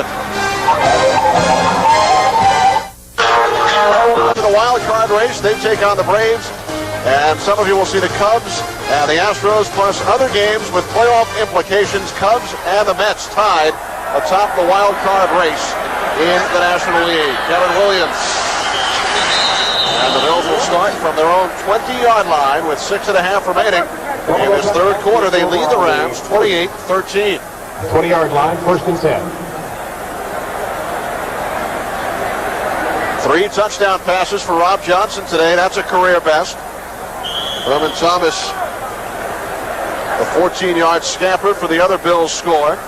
Buffalo scored only 21 points, 3 touchdowns over the first 2 weeks. So an offensive explosion here today in the home opener. I think they found the right combination of short passing and their offensive line getting that run game going. Antoine Smith showing an excellent afternoon. Picks up 7 more yards. So 83 yards on the ground for Smith on 16 carries. Keith Lyle made the stop. 7-yard gain. This offensive line, they're just pounding away. They're hammering away at the Rams, and that's what they've done all day. Now, remember, at the beginning of the game, Kenny, we said this Bills offensive line really struggled. Last week, 8 sacks, 6 false starts, 1 holding penalty, and 3 penalties that ended up killing drives. Today, look at that. 3 sacks, I know. 1 false start, no holding, no drive-killing penalties. So this offensive line right here, these guys have done a fine job of picking up their game. Inside handoff, Sam Gash. Had 2 of those 3 sacks today by Kevin Carter, and he's out for the game with a calf strain. You know, really, for the Buffalo Bills, it's, you know, talking to Ted Cottrell, their defensive coordinator, yesterday, he said that, look, if I'm lucky, Isaac Bruce, I said, how are you going to cover Isaac Bruce? He said, if I'm lucky, he'll miss the bus. So Isaac Bruce is out, the best player on their whole team, and then the best player on their defense, Kevin Carter, he's out now. There's Ted Cottrell right there, so he got his wish. Isaac did not miss the bus literally, but he did figuratively. On 3rd and short, Johnson on the keeper. Rams think they have stopped Rob Johnson. I never know how they get the spot on that. You know, because how can you can't see the ball, you can't see the quarterback. It surprised me if one day they have like a little laser thing. You know what I mean? They put a little magnetic tape on the ball or something. Like in tennis, to call the balls in or out. Yeah, why not? And Johnson did pick up the first down. Nice thing about that for the Bills is, you know, you get right behind your offensive line, the group that's struggling, you say, look, we're just going to surge, pick up the first down. Johnson with time, picked on, gets to McCleon. McCleon has blockers. Forced out at the 28-second Bills turnover of this third quarter. And this is exactly what the St. Louis Rams need to get back into this game. They drove down, they were stopped and held to only a field goal by that tough Bills defense after a fumble recovered by Ray Agnew. And now this is what they need. A big play here from Dexter McCleon, only a rookie. Rams will take over 1st and 10. Second-year player. At the 28-yard line. Just looked like, you know, a miscue between Rob Johnson and Eric Moulds. Second career interception for McLeon. Because Moulds stopped. Moulds stopped on the pattern. McLeon kept running. But Johnson delivered the ball right to McLeon. And Banks' pass intended for Ricky Prohl. So it will be a 2nd and 10 from the Bills' 28. One of the things I think Tony Banks has yet to put into his game is to throw the shorter passes with a little more touch. He's got a strong arm, and as I said, at times it's very accurate, at times it's not. And sometimes on those shorter balls he puts too much heat on. Banks on 2nd down looks to set up the screen intended for Greg Hill. So it will be a 3rd and 10. Well, Kenny, anytime the Rams have gotten into the red zone today, the Buffalo defense has really stiffened up. Watch this goal line stand early in the game. Greg Hill stopped once, Greg Hill stopped twice, and then Tony Banks sacked by Bruce Smith coming right off the edge to force the Rams into a field goal. Wade Phillips ecstatic. And they were also held to a field goal just moments ago in the red zone. Yep, and the Rams are having trouble now. Not quite in the red zone. On 3rd and 10, Banks in trouble. A flag on the play. Banks was hit by Bruce Smith. I think Smith was the guy who was offsides. And it is against Buffalo. Yeah. I'm kind of surprised they didn't blow that to protect Tony Banks. Offside. Number 78, defense. 5-yard penalty. Replay. 3rd down. I know that the rule is that if the defense is offsides, the play continues. But when Smith's running just full speed at Banks.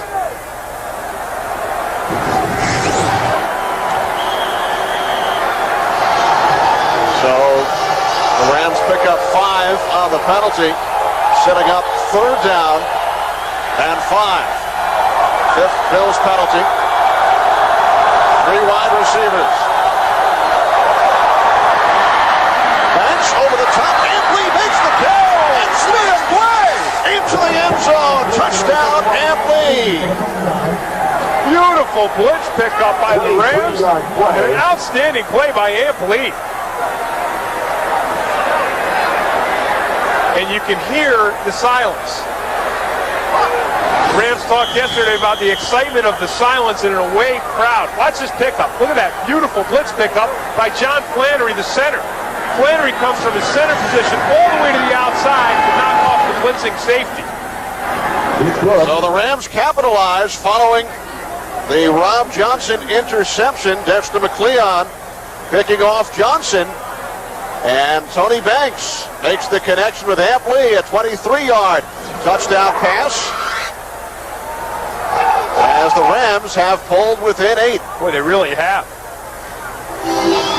Interception by Dexter McLeon, remember, is the thing that set this up.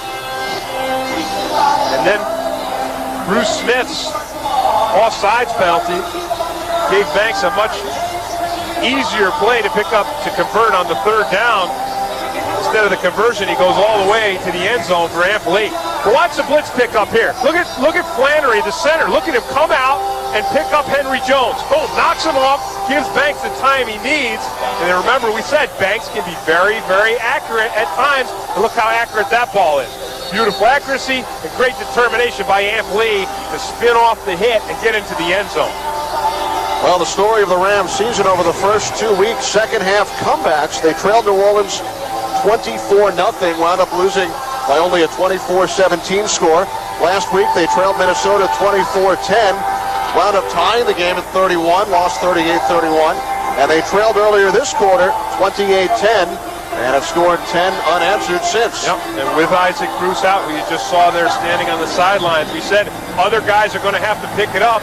And one of the guys right behind him, Ampley, certainly did. But I tell you, the most impressive thing about that touchdown pass to me was John Flannery, the center, getting out and picking up the blitzing safety to give Tony Banks the time he needed. I'm not saying it just because Flannery is a Syracuse guy. I figured there was a reason. Teammate of mine. Big win for the Orangemen yesterday over Rutgers.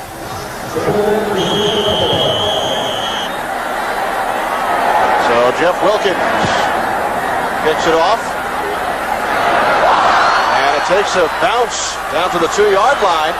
Kevin Williams with Derek Holmes leading the way. A big block by Holmes, and then Williams was caught from behind by Tony Horn after a 15-yard return. Holmes just flattened Gerald Moore, didn't he? Went down like one of those ducks in the shooting gallery. And then Horn made the stop. Bills have turned it over on their last 2 possessions. A botched snap from the center, Ziegler to Johnson, and then the interception leading to 10 Rams points. Watch this block. It's 44 on 44. Look at that. Whoa. Gerald Moore just went right to his back.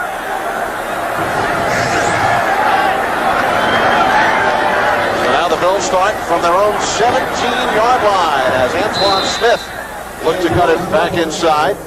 He gained 2 yards before he was brought down by Mike D. Jones. This Rams defense now, and this is when they really need it. I mean, they need to keep the momentum. Because a lot of times with an offense, when you score as easily as the Bills did, they came right out from halftime, scored 2 quick touchdowns. And, you know, when you're ahead 28-10, a lot of times you kind of let up, you kind of get relaxed. So if the Bills are relaxed, the Rams defense needs to take advantage of it right here and right now. On second down, Johnson is taken down by Charlie Clemens. Charlie Clemens making the stop. That's what they're doing. You know, you can just sense it. You know, there's Peter Junta, defensive coordinator for the Rams. He wanted to come into this game, play aggressively, stack up the line of scrimmage with 8 men, force the game into Rob Johnson's hands. But so far, that really hasn't happened today. This is one of the first third and very long situations Rob Johnson has found himself in. Johnson again in trouble. Chased by DeMarco Farr, and then taken down. Toby Wright, along with Farr. 5th sack of the game by the Rams. Yeah, again, in those third and very long situations, this is where your quarterback is at a great advantage. So Peter Junta, the coordinator, has the luxury of sending Toby Wright. He's a strong safety. Hey, send him. We're not worried. It's going to take the receivers too long to get downfield, so we can commit not only our linemen, we can throw a linebacker in there, throw a safety in there, put the pressure on Rob Johnson and bring him down. Well, the Bills started this drive on their own 28, now all the way back at the 14. Eddie Kennison, the deep man. Bad punt. Short punt by Moore, and then Kennison was knocked into by his own teammate, Ryan McNeil. Jay Remersma was there as well. There's Eric Smedley. Someone right on top of it, one of the officials right on top of it is saying it's Rams. Nope, he just turned around. Kennison was calling for the fair catch, and then a collision. Remersma and Ryan McNeil. Side judge went one way, then came back the other way. So it obviously bounced off a Ram.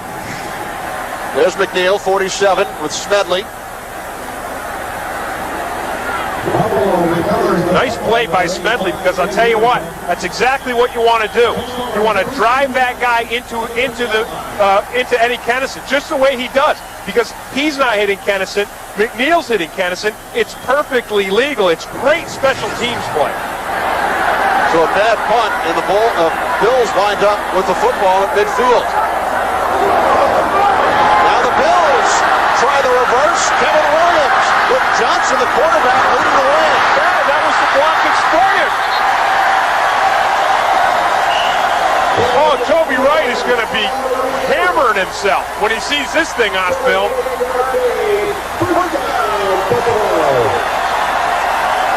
Toby Wright coming back from a knee injury, not really the same as he was last season when he was 100% healthy. Watch this here. Here's Williams. Watch the block.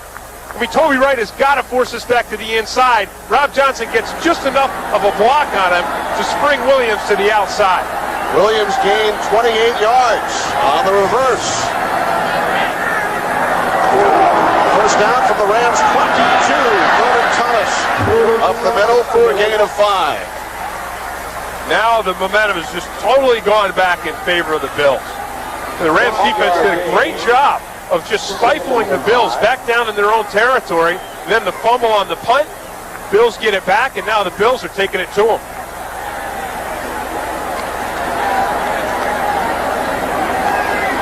So the Rams have turned it over 3 times here in the third quarter, and the Bills twice. No turnovers in the first half, 5 here in the third quarter.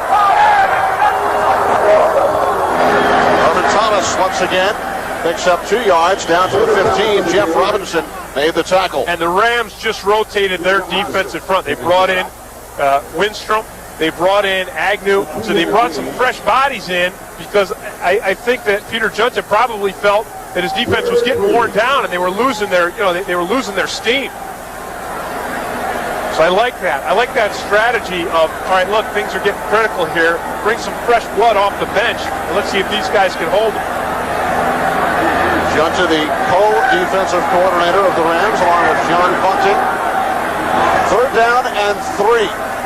Johnson rolling to his right, looking downfield, could not find anyone, forced out of bounds by Eric Hill, who will be credited with a sack on the play. Johnson running out of bounds, 6th sack of the game. Credited to the Rams. Yeah, we talked earlier about Bruce Smith playing with an injury and Johnson being banged up. This guy, Eric Hill, is about as tough as you can get.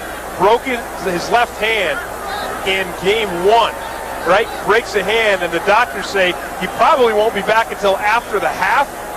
Hill was only out for a few series, came right back in before the half with the broken hand. So don't think that his game hasn't been affected adversely by that broken hand, but he's just important. And the time runs out here in this third quarter with the Bills leading the Rams 28-20.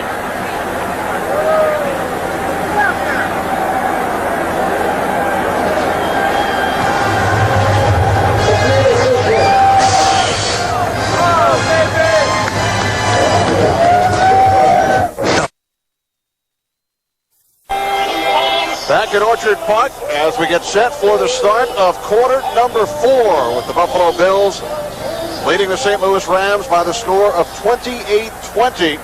A 36-yard field goal attempt. Steve Christie 0 for 2 this season. Chris Moore is the holder, and Christie's kick is good. So Steve Christie extends the Buffalo Bills lead to 11.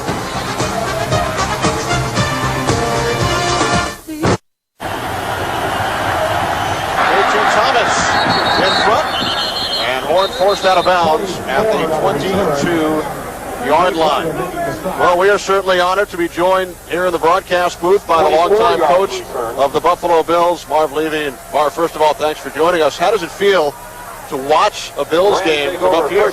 Much more relaxed, I'll tell you that, Ken. I'm enjoying it, and I've been down there for a lot of them, 12 years worth. You certainly did an unbelievable job when you were down there. I know having to come up here and face your team one time with the Atlanta Falcons where you really put us through a meat grinder. Well, Tim, the answer to that, of course, is have good players, and we did. We had a lot of good players during those years. I was fortunate. Here's Greg Hill on first down. Wants to cut it back inside. And a couple of the players who did some marvelous things for you through the years have had an effect on today's game. Thurman Thomas and Andre Reed both reaching the end zone. Thurman and Andre in the end zone. Kurt Schultz has had 2 big interceptions. He's playing very well. My heart is still down there with a lot of those players, I'll tell you that. Well, that's great, Coach. But we appreciate your coming up here and joining us, and wish you all the success in everything that you're doing now. Thank you very much, and I'll look forward to catching you 2 on television. All right, Coach. Okay, thank you. Marv Levy, one of the greats. Led the Bills to 4 consecutive Super Bowl appearances.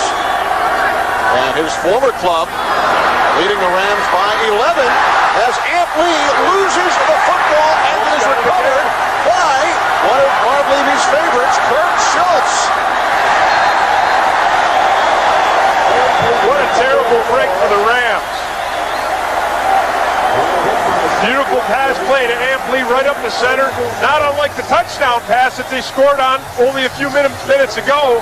but this time the ball is knocked loose from Ampli. Watch Ampli comes upfield, breaks right towards the center of the field. The ball is perfectly thrown, but there it's knocked out by Sam Rogers. Rogers does a beautiful job coming up behind that ball and just popping it out of Ampli's hands with his fist. And then there's Kurt Schultz. Today is just, this is his weekend, huh?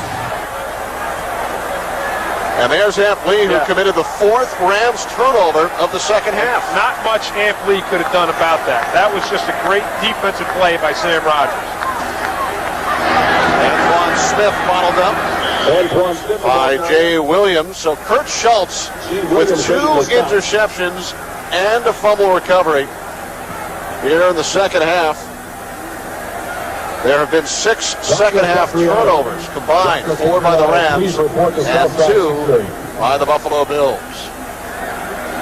You know, Marv Levy a few moments ago said he had great players, and that's why they thrashed us when I was with the Falcons. But I'll tell you what, I really think that everything with the football team starts with its head coach, and what a fine man and a fine coach he was.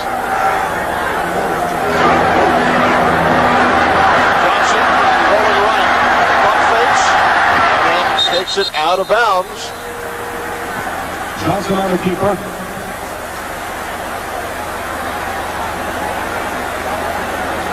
The Rams defense has really been called upon to, in the second half after all these turnovers to really get tough. And they have. This is a big play. I mean, this is a big series right here. Because after losing it, if they can get it right back again, the Rams can really pick up right where they left off.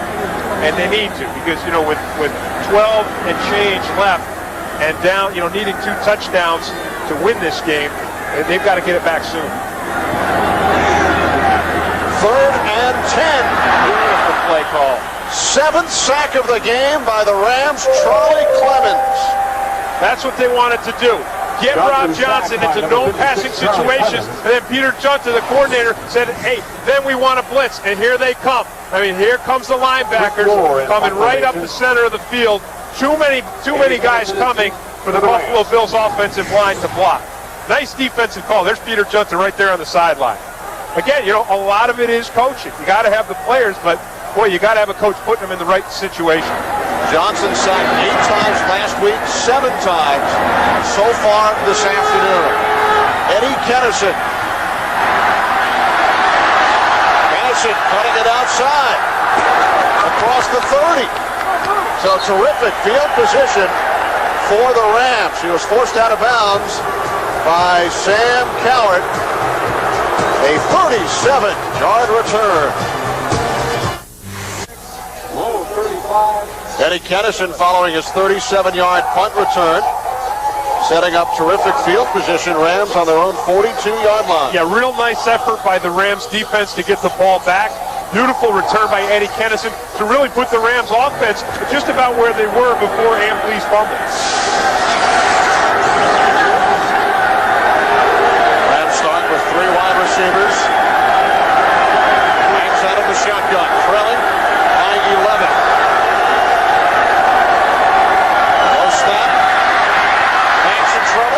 Gets rid of it, Ampli, who fumbled last time. And this time works his way to the Buffalo 47, a gain of 11. I really like that strategy by Dick Vermeil, okay? Because you get a guy and he gets a fumble, but this guy's an important weapon in your offense. If you're going to drive down, you're without Isaac Bruce. So you bring him right back on the very next play and you get the ball in his hands, let him make a big play. Nice timing by Tony Banks. He takes the shot. A nice catch and acceleration by Ampli. And I like that call.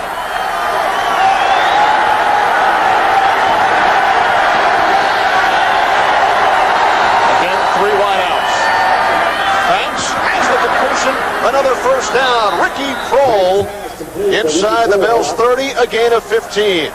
And for an update on the St. Louis Cardinals, Mark McGuire, here's James Brown in Los Angeles. St. Louis fans will be talking about this one. Look at that, top of the 5th. You know that home run swing. Mark McGuire looked like it was number 66. However, the umpire rules spectator interference. Take a look at the spot shadow here. They say the fan caught the ball before it cleared that railing. Rule 3.16 says that the umpire will impose whatever penalty he thinks will nullify the act of interference. Bad call. Back to Kenny and Tim. Wow, spectator interference. Now Banks Looking end zone and a flag. Ken Irvin. Good call by the officials on that one. Irvin just mugged him.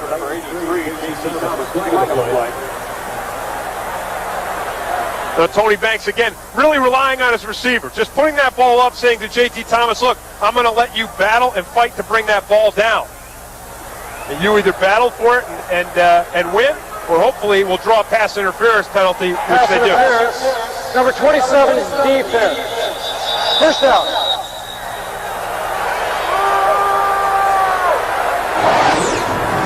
Here it is. Here's J.T. Thomas. Ken Irvin on him, man for man. Some duty for Ken Irvin. Watch it right there. I mean, he just mugs him. You know, he's all over him, tackles him before the ball gets there. Good, clean call by the officials. First and goal. Remember, they held him here before. Greg Hill, this time, Not this time. gets it across. His second touchdown of the game. Very Marcus Allen-like, wouldn't you say?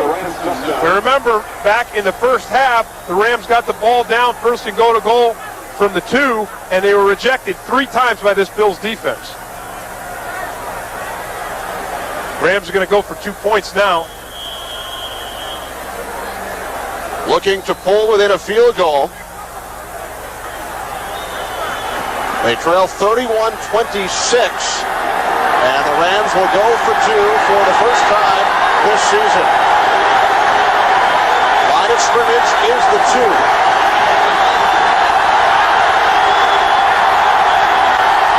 Thanks to Ant Lee for the conversion. Wow. Nice blocking up front by the Rams line again. So the Rams, who trailed earlier in the second half, 28-10, have pulled within 3.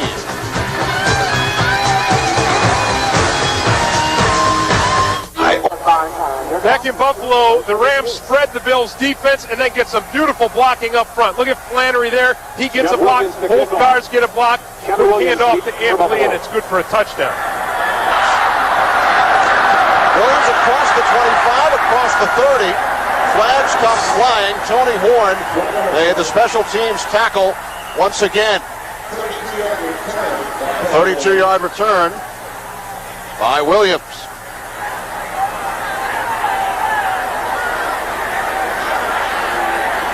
I think Wade Phillips really needs to somehow instill a sense of urgency in his offense, because no doubt that the momentum has shifted in favor of the Rams now. The Rams defense doing a nice job in the last couple of series of shutting down this Bills offense. I think once they got ahead, they started to get a little bit too comfortable. Need to get back to that running game with Antoine Smith, back to the short passing with Rob Johnson. Illegal use of the hands on a member of the kicking team. Number 59. Holding on the return team. By rule, these penalties offset at the spot of the foul receiving team. First down. Busy afternoon for Tony Correnti. So the Bills take over from their own 25-yard line. Rob Johnson has thrown 3 touchdown passes in this afternoon's game. He's also turned it over twice. 1 fumble, 1 interception. Bills leading by only 3. Johnson airing it out. Andre Reed off his fingertips. Taji Allen on the coverage. Excellent coverage by Taji Allen. Well, Andre Reed looks hurt. Well, it looks like his shoulder, too. Watch Taji Allen. Look at this. I mean, this is one of the best in the game, but he's running step for step with him. It gives Rob Johnson no place to throw that ball. And then that right there, he comes down on that right shoulder with Allen on top of him. Reed replaced by the return man, Kevin Williams. That's a hard thing to come off the bench cold and cover a guy like Andre Reed. Antoine Smith gets second effort once again, as we have seen all game long. Out of bounds at the 49-yard line, a gain of 24. And I think what happens to Mike Jones, the Rams linebacker, he's fooled by Antoine Smith's size. Because you look at this guy and you think, big back, hard physical runner, and you don't think he can beat you with this speed. Watch, look at this here. Watch this cutback, right? And there's Jones, and he outruns Jones. I think Jones was fooled by Smith's size. Smith over the 100-yard mark for the second time in his NFL career. Vernon Thomas. After the original line of scrimmage, Jay Williams brought him down. Jay Williams making the stop. Boy, while one Mike Jones had trouble on the last play stopping down the run, the other Mike Jones, Mike D. Jones, did a beautiful job of shutting this down. And you see the run doesn't work. Here's why it doesn't work. Watch Mike D. Jones. Look at him come right up, gets in front of the tight end, and then just blasts Reuben Brown right back into the backfield to really stop this run play before it can ever get started. Second and 10. Darren Holmes in motion. From 48. Johnson in trouble. Sack number 8 by the Rams. DeMarco Farr with his second. DeMarco Farr. Well, I'll tell you, we talked about this Bills line needing to pick up the pace. And Kenny, they've done a much better job in the past than they have in the past couple of weeks. They got the run game going, and Johnson hasn't taken quite the punishment, but they're starting to break down again. DeMarco Farr just beating the guy in front of him with that great quickness. So the Bills again moving backwards. Third down and 16. Johnson. And he was looking for Quinn early. And the Bills will be forced to punt. And Johnson now, without one of his more valuable weapons as Andre Reed, is leaving the field. In punt formation. So the Rams defense really has done it again. They've stiffened up.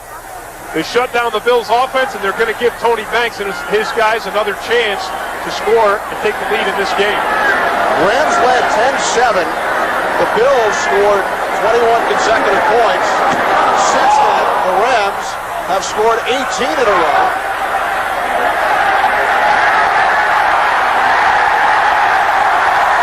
Were the Bills able to save it? Wow, I thought that looked like from here that ball hit the line, which would make it a touchback.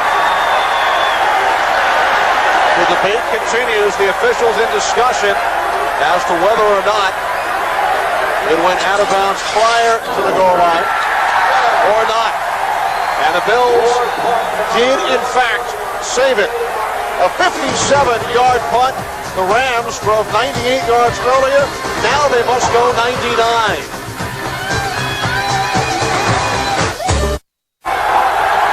It's a game of inches. Watch this bounce here. Just stays in to pin the Rams offense deep in their own territory. Andy Martin saved it. Now the Rams start from their own one.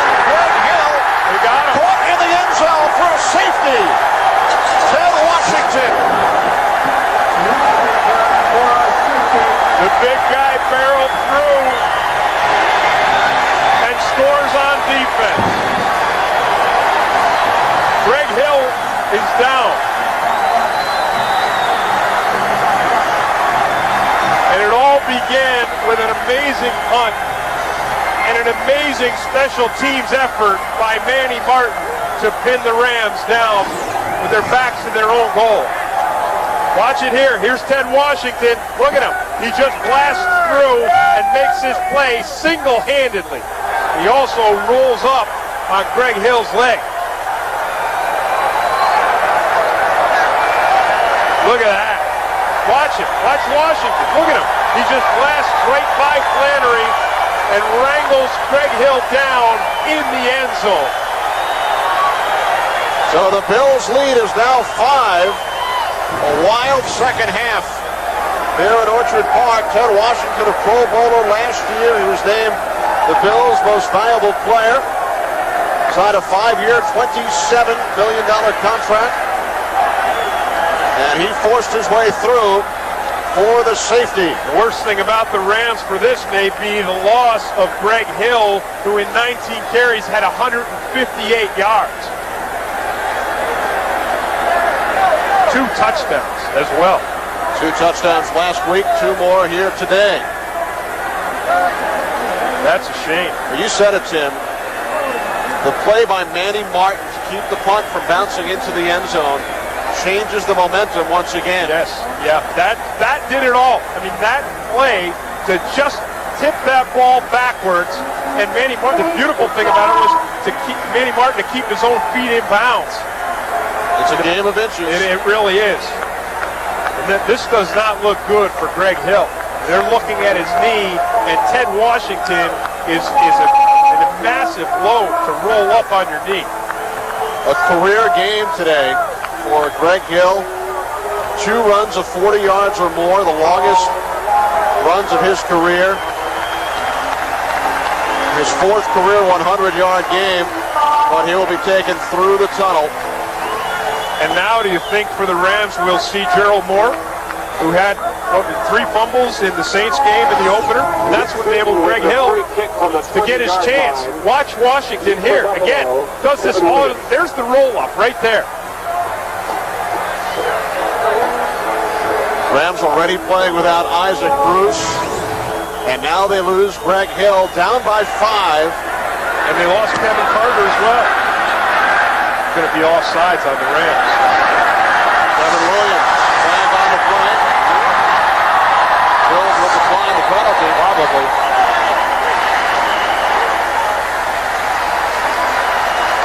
Kevin Williams, a 23-yard return. And the Bills injury report, Andre Reed has suffered a separated shoulder. He will not return.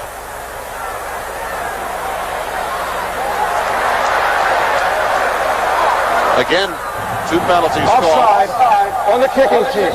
By rule, this penalty would decline. Illegal block in the back on the receiving team. 10-yard penalty.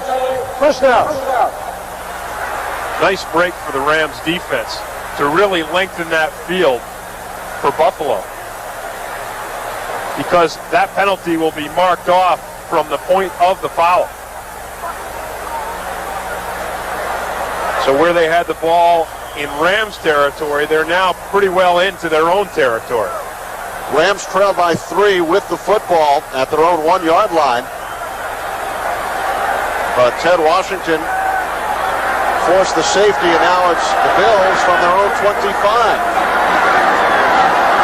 Johnson to the air on first down. The catch is made by Sam Gash. Wrapped up by Mike A. Jones after a gain of 9. That's tough duty for Mike Jones to cover a guy like Sam Gash, because when you're a linebacker and you see big Sam Gash coming at you, what you're thinking is that he's going to block you. You know, if you see Thurman Thomas coming at you, we saw Jones with the coverage on Thomas earlier, and he did a great job, because you know Thurman Thomas isn't going to come and lead block you, but when you see Gash, you think, uh-oh, I got to be ready for a block. All of a sudden, he turns into a pass receiver. 2nd and 1. Johnson on the keeper has the first down. Wow, and how? First down, Buffalo. Johnson looks like he's hurt. One thing this Bills team knows about this guy is that he's tough. Looks like they got his nose. Here he is, just a quick quarterback sneak. Follows Joe Panos right up. And there he reaches right through his nose.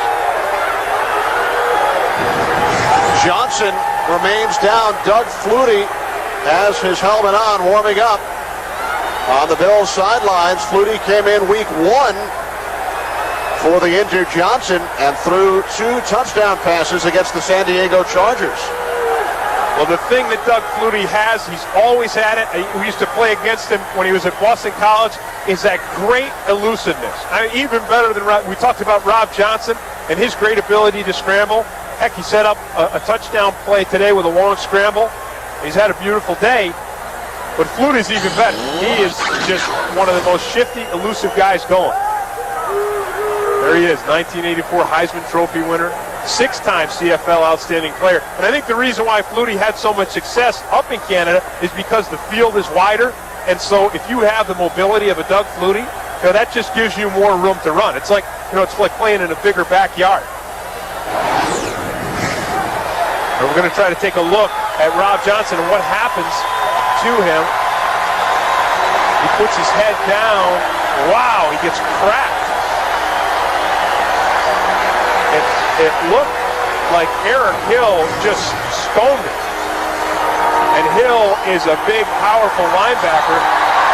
Man, because on that replay, it looked like his head just got snapped back. So you have to think, concussion or what? And he did suffer a concussion week 1, a mild concussion. And the crowd reacts as Doug Flutie comes on. He spent the last 8 years in the Canadian Football League. Week 1, he was 12 of 20 for 158 yards and 2 touchdowns. Flutie hands it off. Antoine Smith up the middle. Big burst to the 43.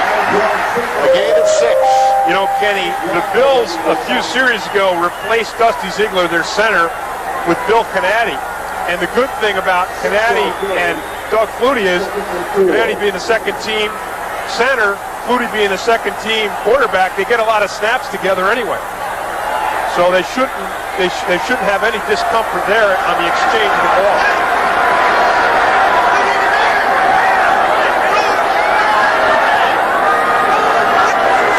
Down and 4. Smith looks to cut it outside, but Eric Hill says no. Yeah, nice play by Eric Hill. And then again, we talked about it earlier. That's that Rams defense. Everybody getting into their gap and filling that gap. And Hill, again, playing with, incredible pain. Because he's got that broken hand. There he is out there. He comes to the outside, fills that hole. He's the only guy there. If he doesn't fill it, it's probably going to be a first down. Instead, 3rd and 4 for Doug Flutie and the Buffalo Bills. 5.5 remaining. Bills leading by 5. Flags on the play. Flutie trying to draw the Rams offside. Flutie's pass intended for I think he may have gotten them too. Not going to play. Unless one of the Bills linemen moved first, it's going to be against the Rams. On the defense, number 56. 5-yard penalty. Ronnie Clemens. First down. That's a tough thing. You're coming on the blitz, okay? Peter Junta sending his guys on the blitz. Let's get this, quarterback off the bench. So these guys are just chomping at the bit. And watch Flutie's head with the hard count. Watch, see that there? Bark, just gives that bark and draws the blitzers off sides. Ironically, it's Clemens who spent 3 years in the Canadian Football League playing against Doug Flutie. So you would think he'd be ready for that.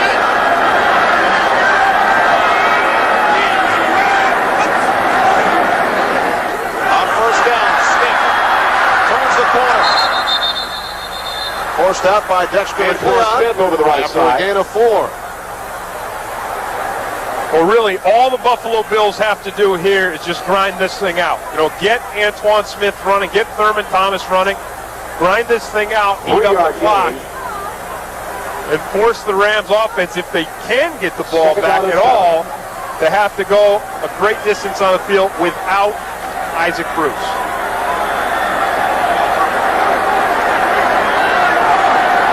Second and 7.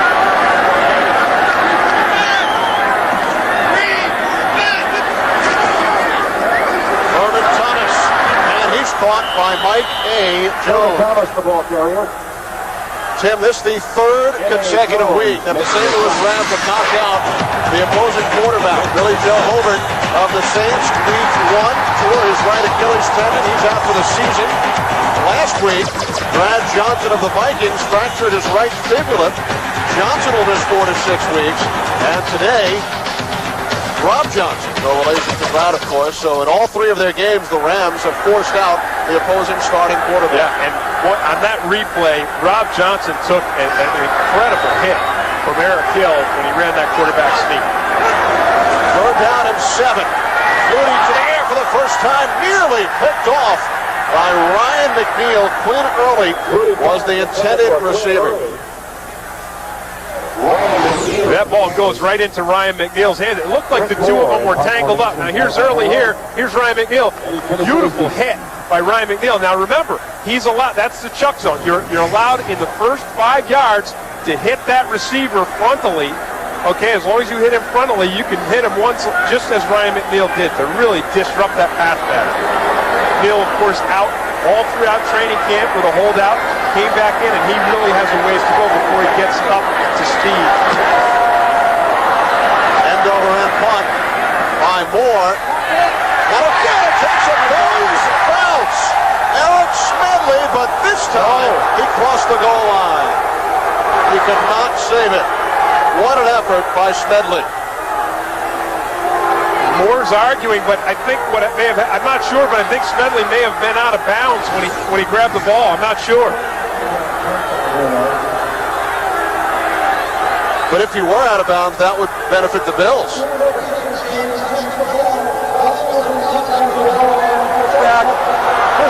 Yeah, it looks like, yep, he hit the pylon before he hit anything else. Yep. So a nice break for the Rams offense. And of course the Rams now, without the timeouts, they burned 2 of their timeouts earlier with the miscues getting to the line of scrimmage late. They're in 4-down situation. From here on in, with 3:57 left, needing a touchdown to win, they're in 4-down situation from here on in. No Isaac Bruce, no Greg Hill, Gerald Moore in the backfield with Ham Lee. And the crowd roaring against you. And the play clock down to 3.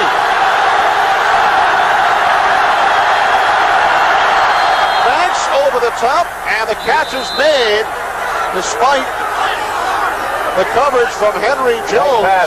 Beautifully thrown pass by Tony Banks, and another nice catch by J.T. Thomas. He's had a nice game. He's had a nice game today. We've seen him make some tough catches. This is not necessarily tough, but he's got a guy on him. He's got the safety on him. And he just brings that ball down, concentrates, pulls it in, keeps the Rams alive. 3 wide receivers, Thomas, Kennison, and Kroll. 2nd and 2. And it was Sam Rogers getting a piece of it. Well, Rogers came on the blitz. I tell you, the Rams are going to have to start getting their plays in quicker to give Tony Banks time to get to the line and then assess the defense. Because all game long, we've seen him have trouble. We've seen him burn timeouts, getting to the line like now the Rams are making substitutions, right? Guys are still coming on off the field. The play clock is at 17. Now, Tony Banks has got to set up here. He's got to read the defense. And that clock is ticking down.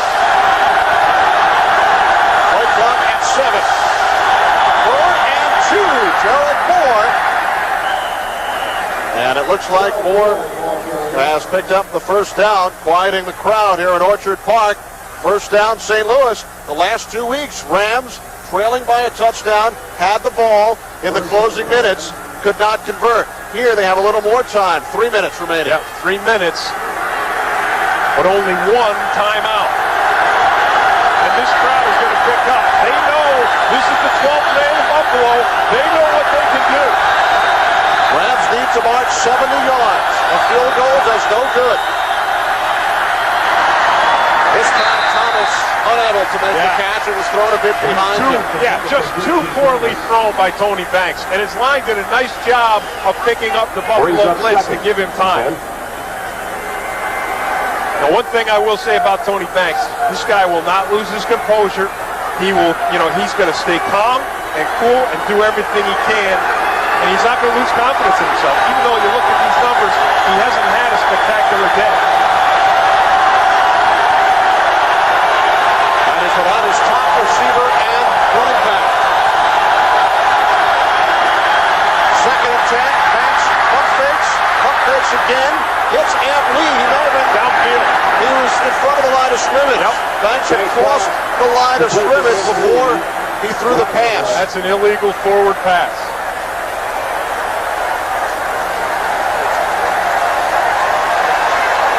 In fact, last week the Rams thought Randall Cunningham was across the line, but it was not called by the officials. And Dick Vermeil is not very happy about that. Illegal forward pass.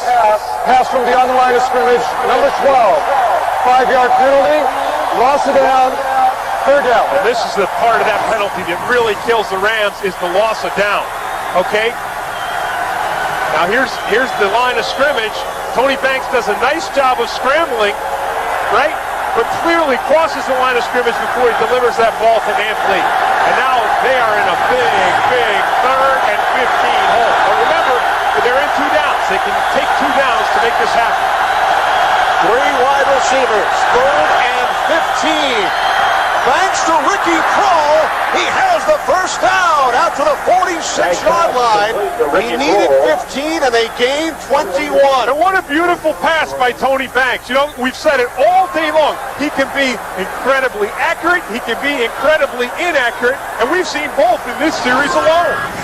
Look at this. Here comes the blitz. Again, nice blitz picked up by the Rams offensive line. And then a beautifully thrown ball by Tony Banks to keep this drive alive. We have hit the 2-minute warning. With the Rams trailing by 5, they have 53 yards to try and win it.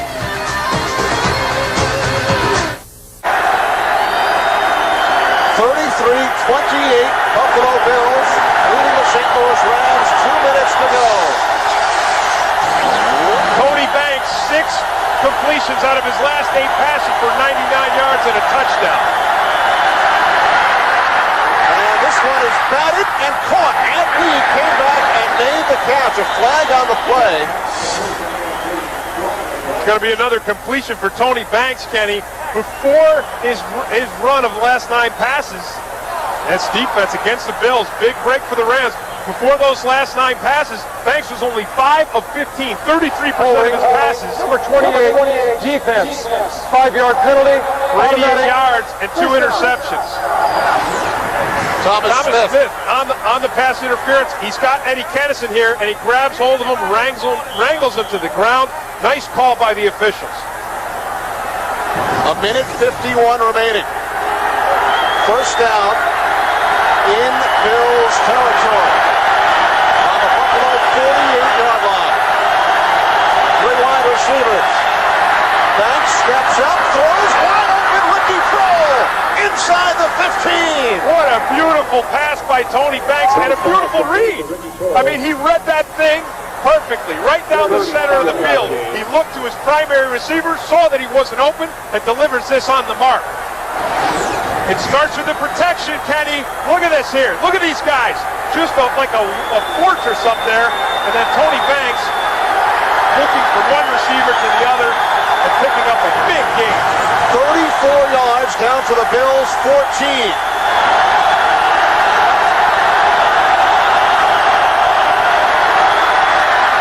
And this time Banks incomplete. Ken Irvin wrapped up Kroll. Rams with only 1 timeout remaining. A minute 5 on the clock, trailing by 5. Remember, the safety extended the difference from a 3 to a 5-point game.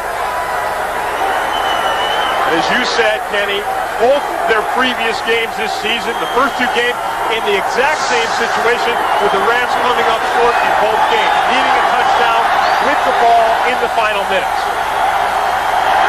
3 wide receivers set.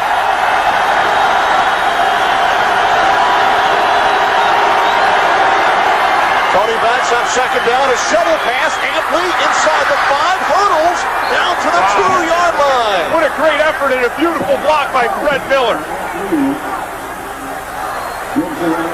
Under a minute remaining, Rams trailing the Bills by 5. Kenny Albert with Tim Green. It's been a wild game here at Orchard Park. Both teams 0-2.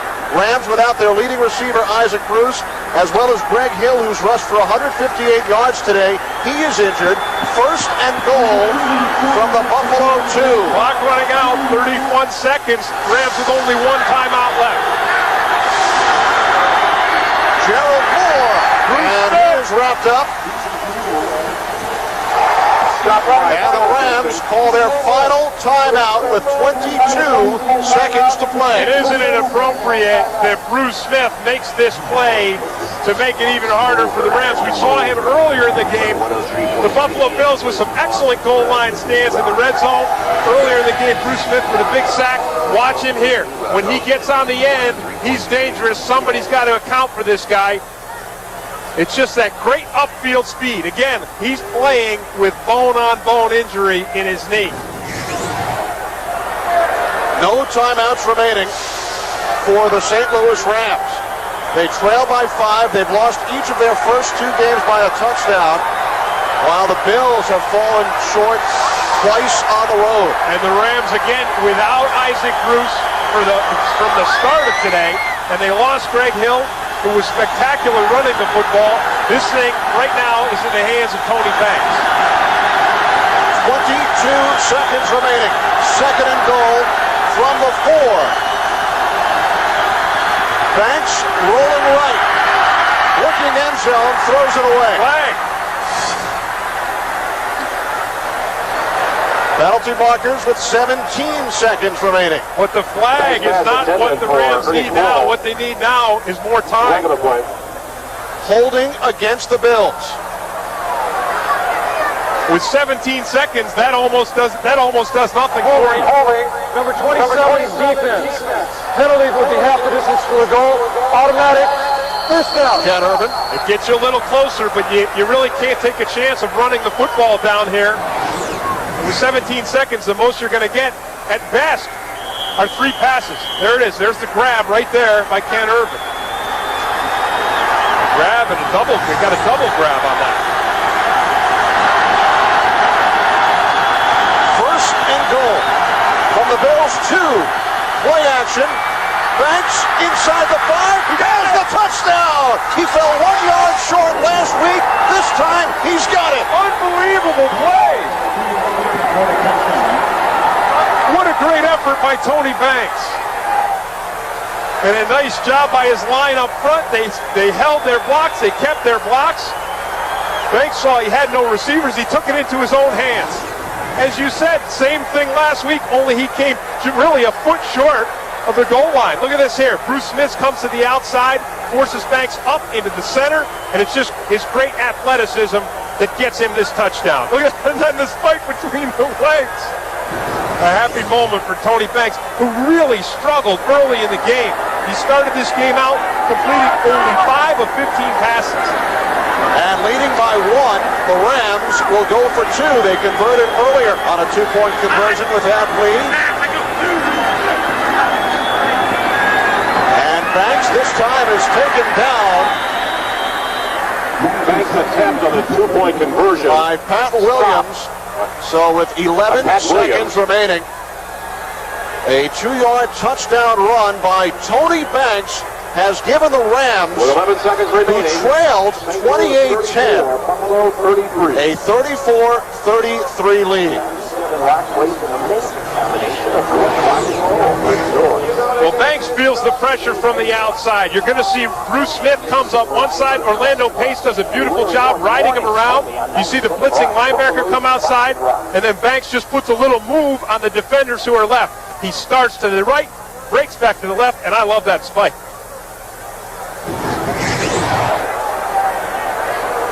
Well, as we mentioned last week, trailing by a touchdown against the Vikings' final seconds, Banks scrambles and is stopped 1 yard short. That's why to me it was such an amazing play. To be in the same situation with the clock running out, with no timeouts, and to run the ball, to put it in your own hands, with last week's loss fresh in your mind where you came up short. But to have the confidence in yourself, as we said before about Tony Banks, just the refusal to lay down, the refusal to think negative of yourself, started this game out, Kenny, 5 of 15 for 88 yards and 2 interceptions, ended this game 8 of 11, 144 yards, 1 touchdown in the air, and another winning touchdown on the ground. The Rams have turned the ball over 4 times in the second half, yet they lead by a point. They won their last 3 road games last season. How about that? Dick Vermeil, sit down, give your young quarterback a hug, tell you that was the great thing about Vermeil yesterday. I said, how about your feelings on Tony Banks? Do you believe in him? He struggled last week, 4 interceptions, and came up short of the goal line. Dick Vermeil looked me clean in the eye and said, hey, I believe in this guy. I am going to stick with this guy no matter what. Derek Holmes out across the 20 to the 22-yard line. Charlie Clemens made the stop. 6 seconds remaining. Does BC Miami mean anything? I was just thinking about Doug Flutie and his famous Hail Mary pass. He's got a lot longer to go on a Hail Mary here. It's going to need more than a Hail Mary. You're going to need the Stanford band. And there's Rob Johnson, the Bills quarterback, who was knocked out when Eric Gill, the big linebacker for the Rams, smacked him head on head when Rob Johnson ran a quarterback sneak. 6 seconds on the clock. Bills trailing by 1. deja vu 14 years later. Doug Flutie downfield, and it is broken up. It is all over. So the Buffalo Bills start 0-3 for the first time since 1985, the season before Marv Levy took over. A wild second half, and the Rams win it by the score of 34-33, their first victory. St. Louis will host Arizona next week. The Bills will be idle. So a one-point victory for St. Louis, capped by Tony Banks' 2-yard touchdown run. For our entire crew, Kenny Albert, Tim Green saying so long. We'll send you back to the Fox Network Center in Los Angeles with James Brown after these messages and a word from your local Fox station.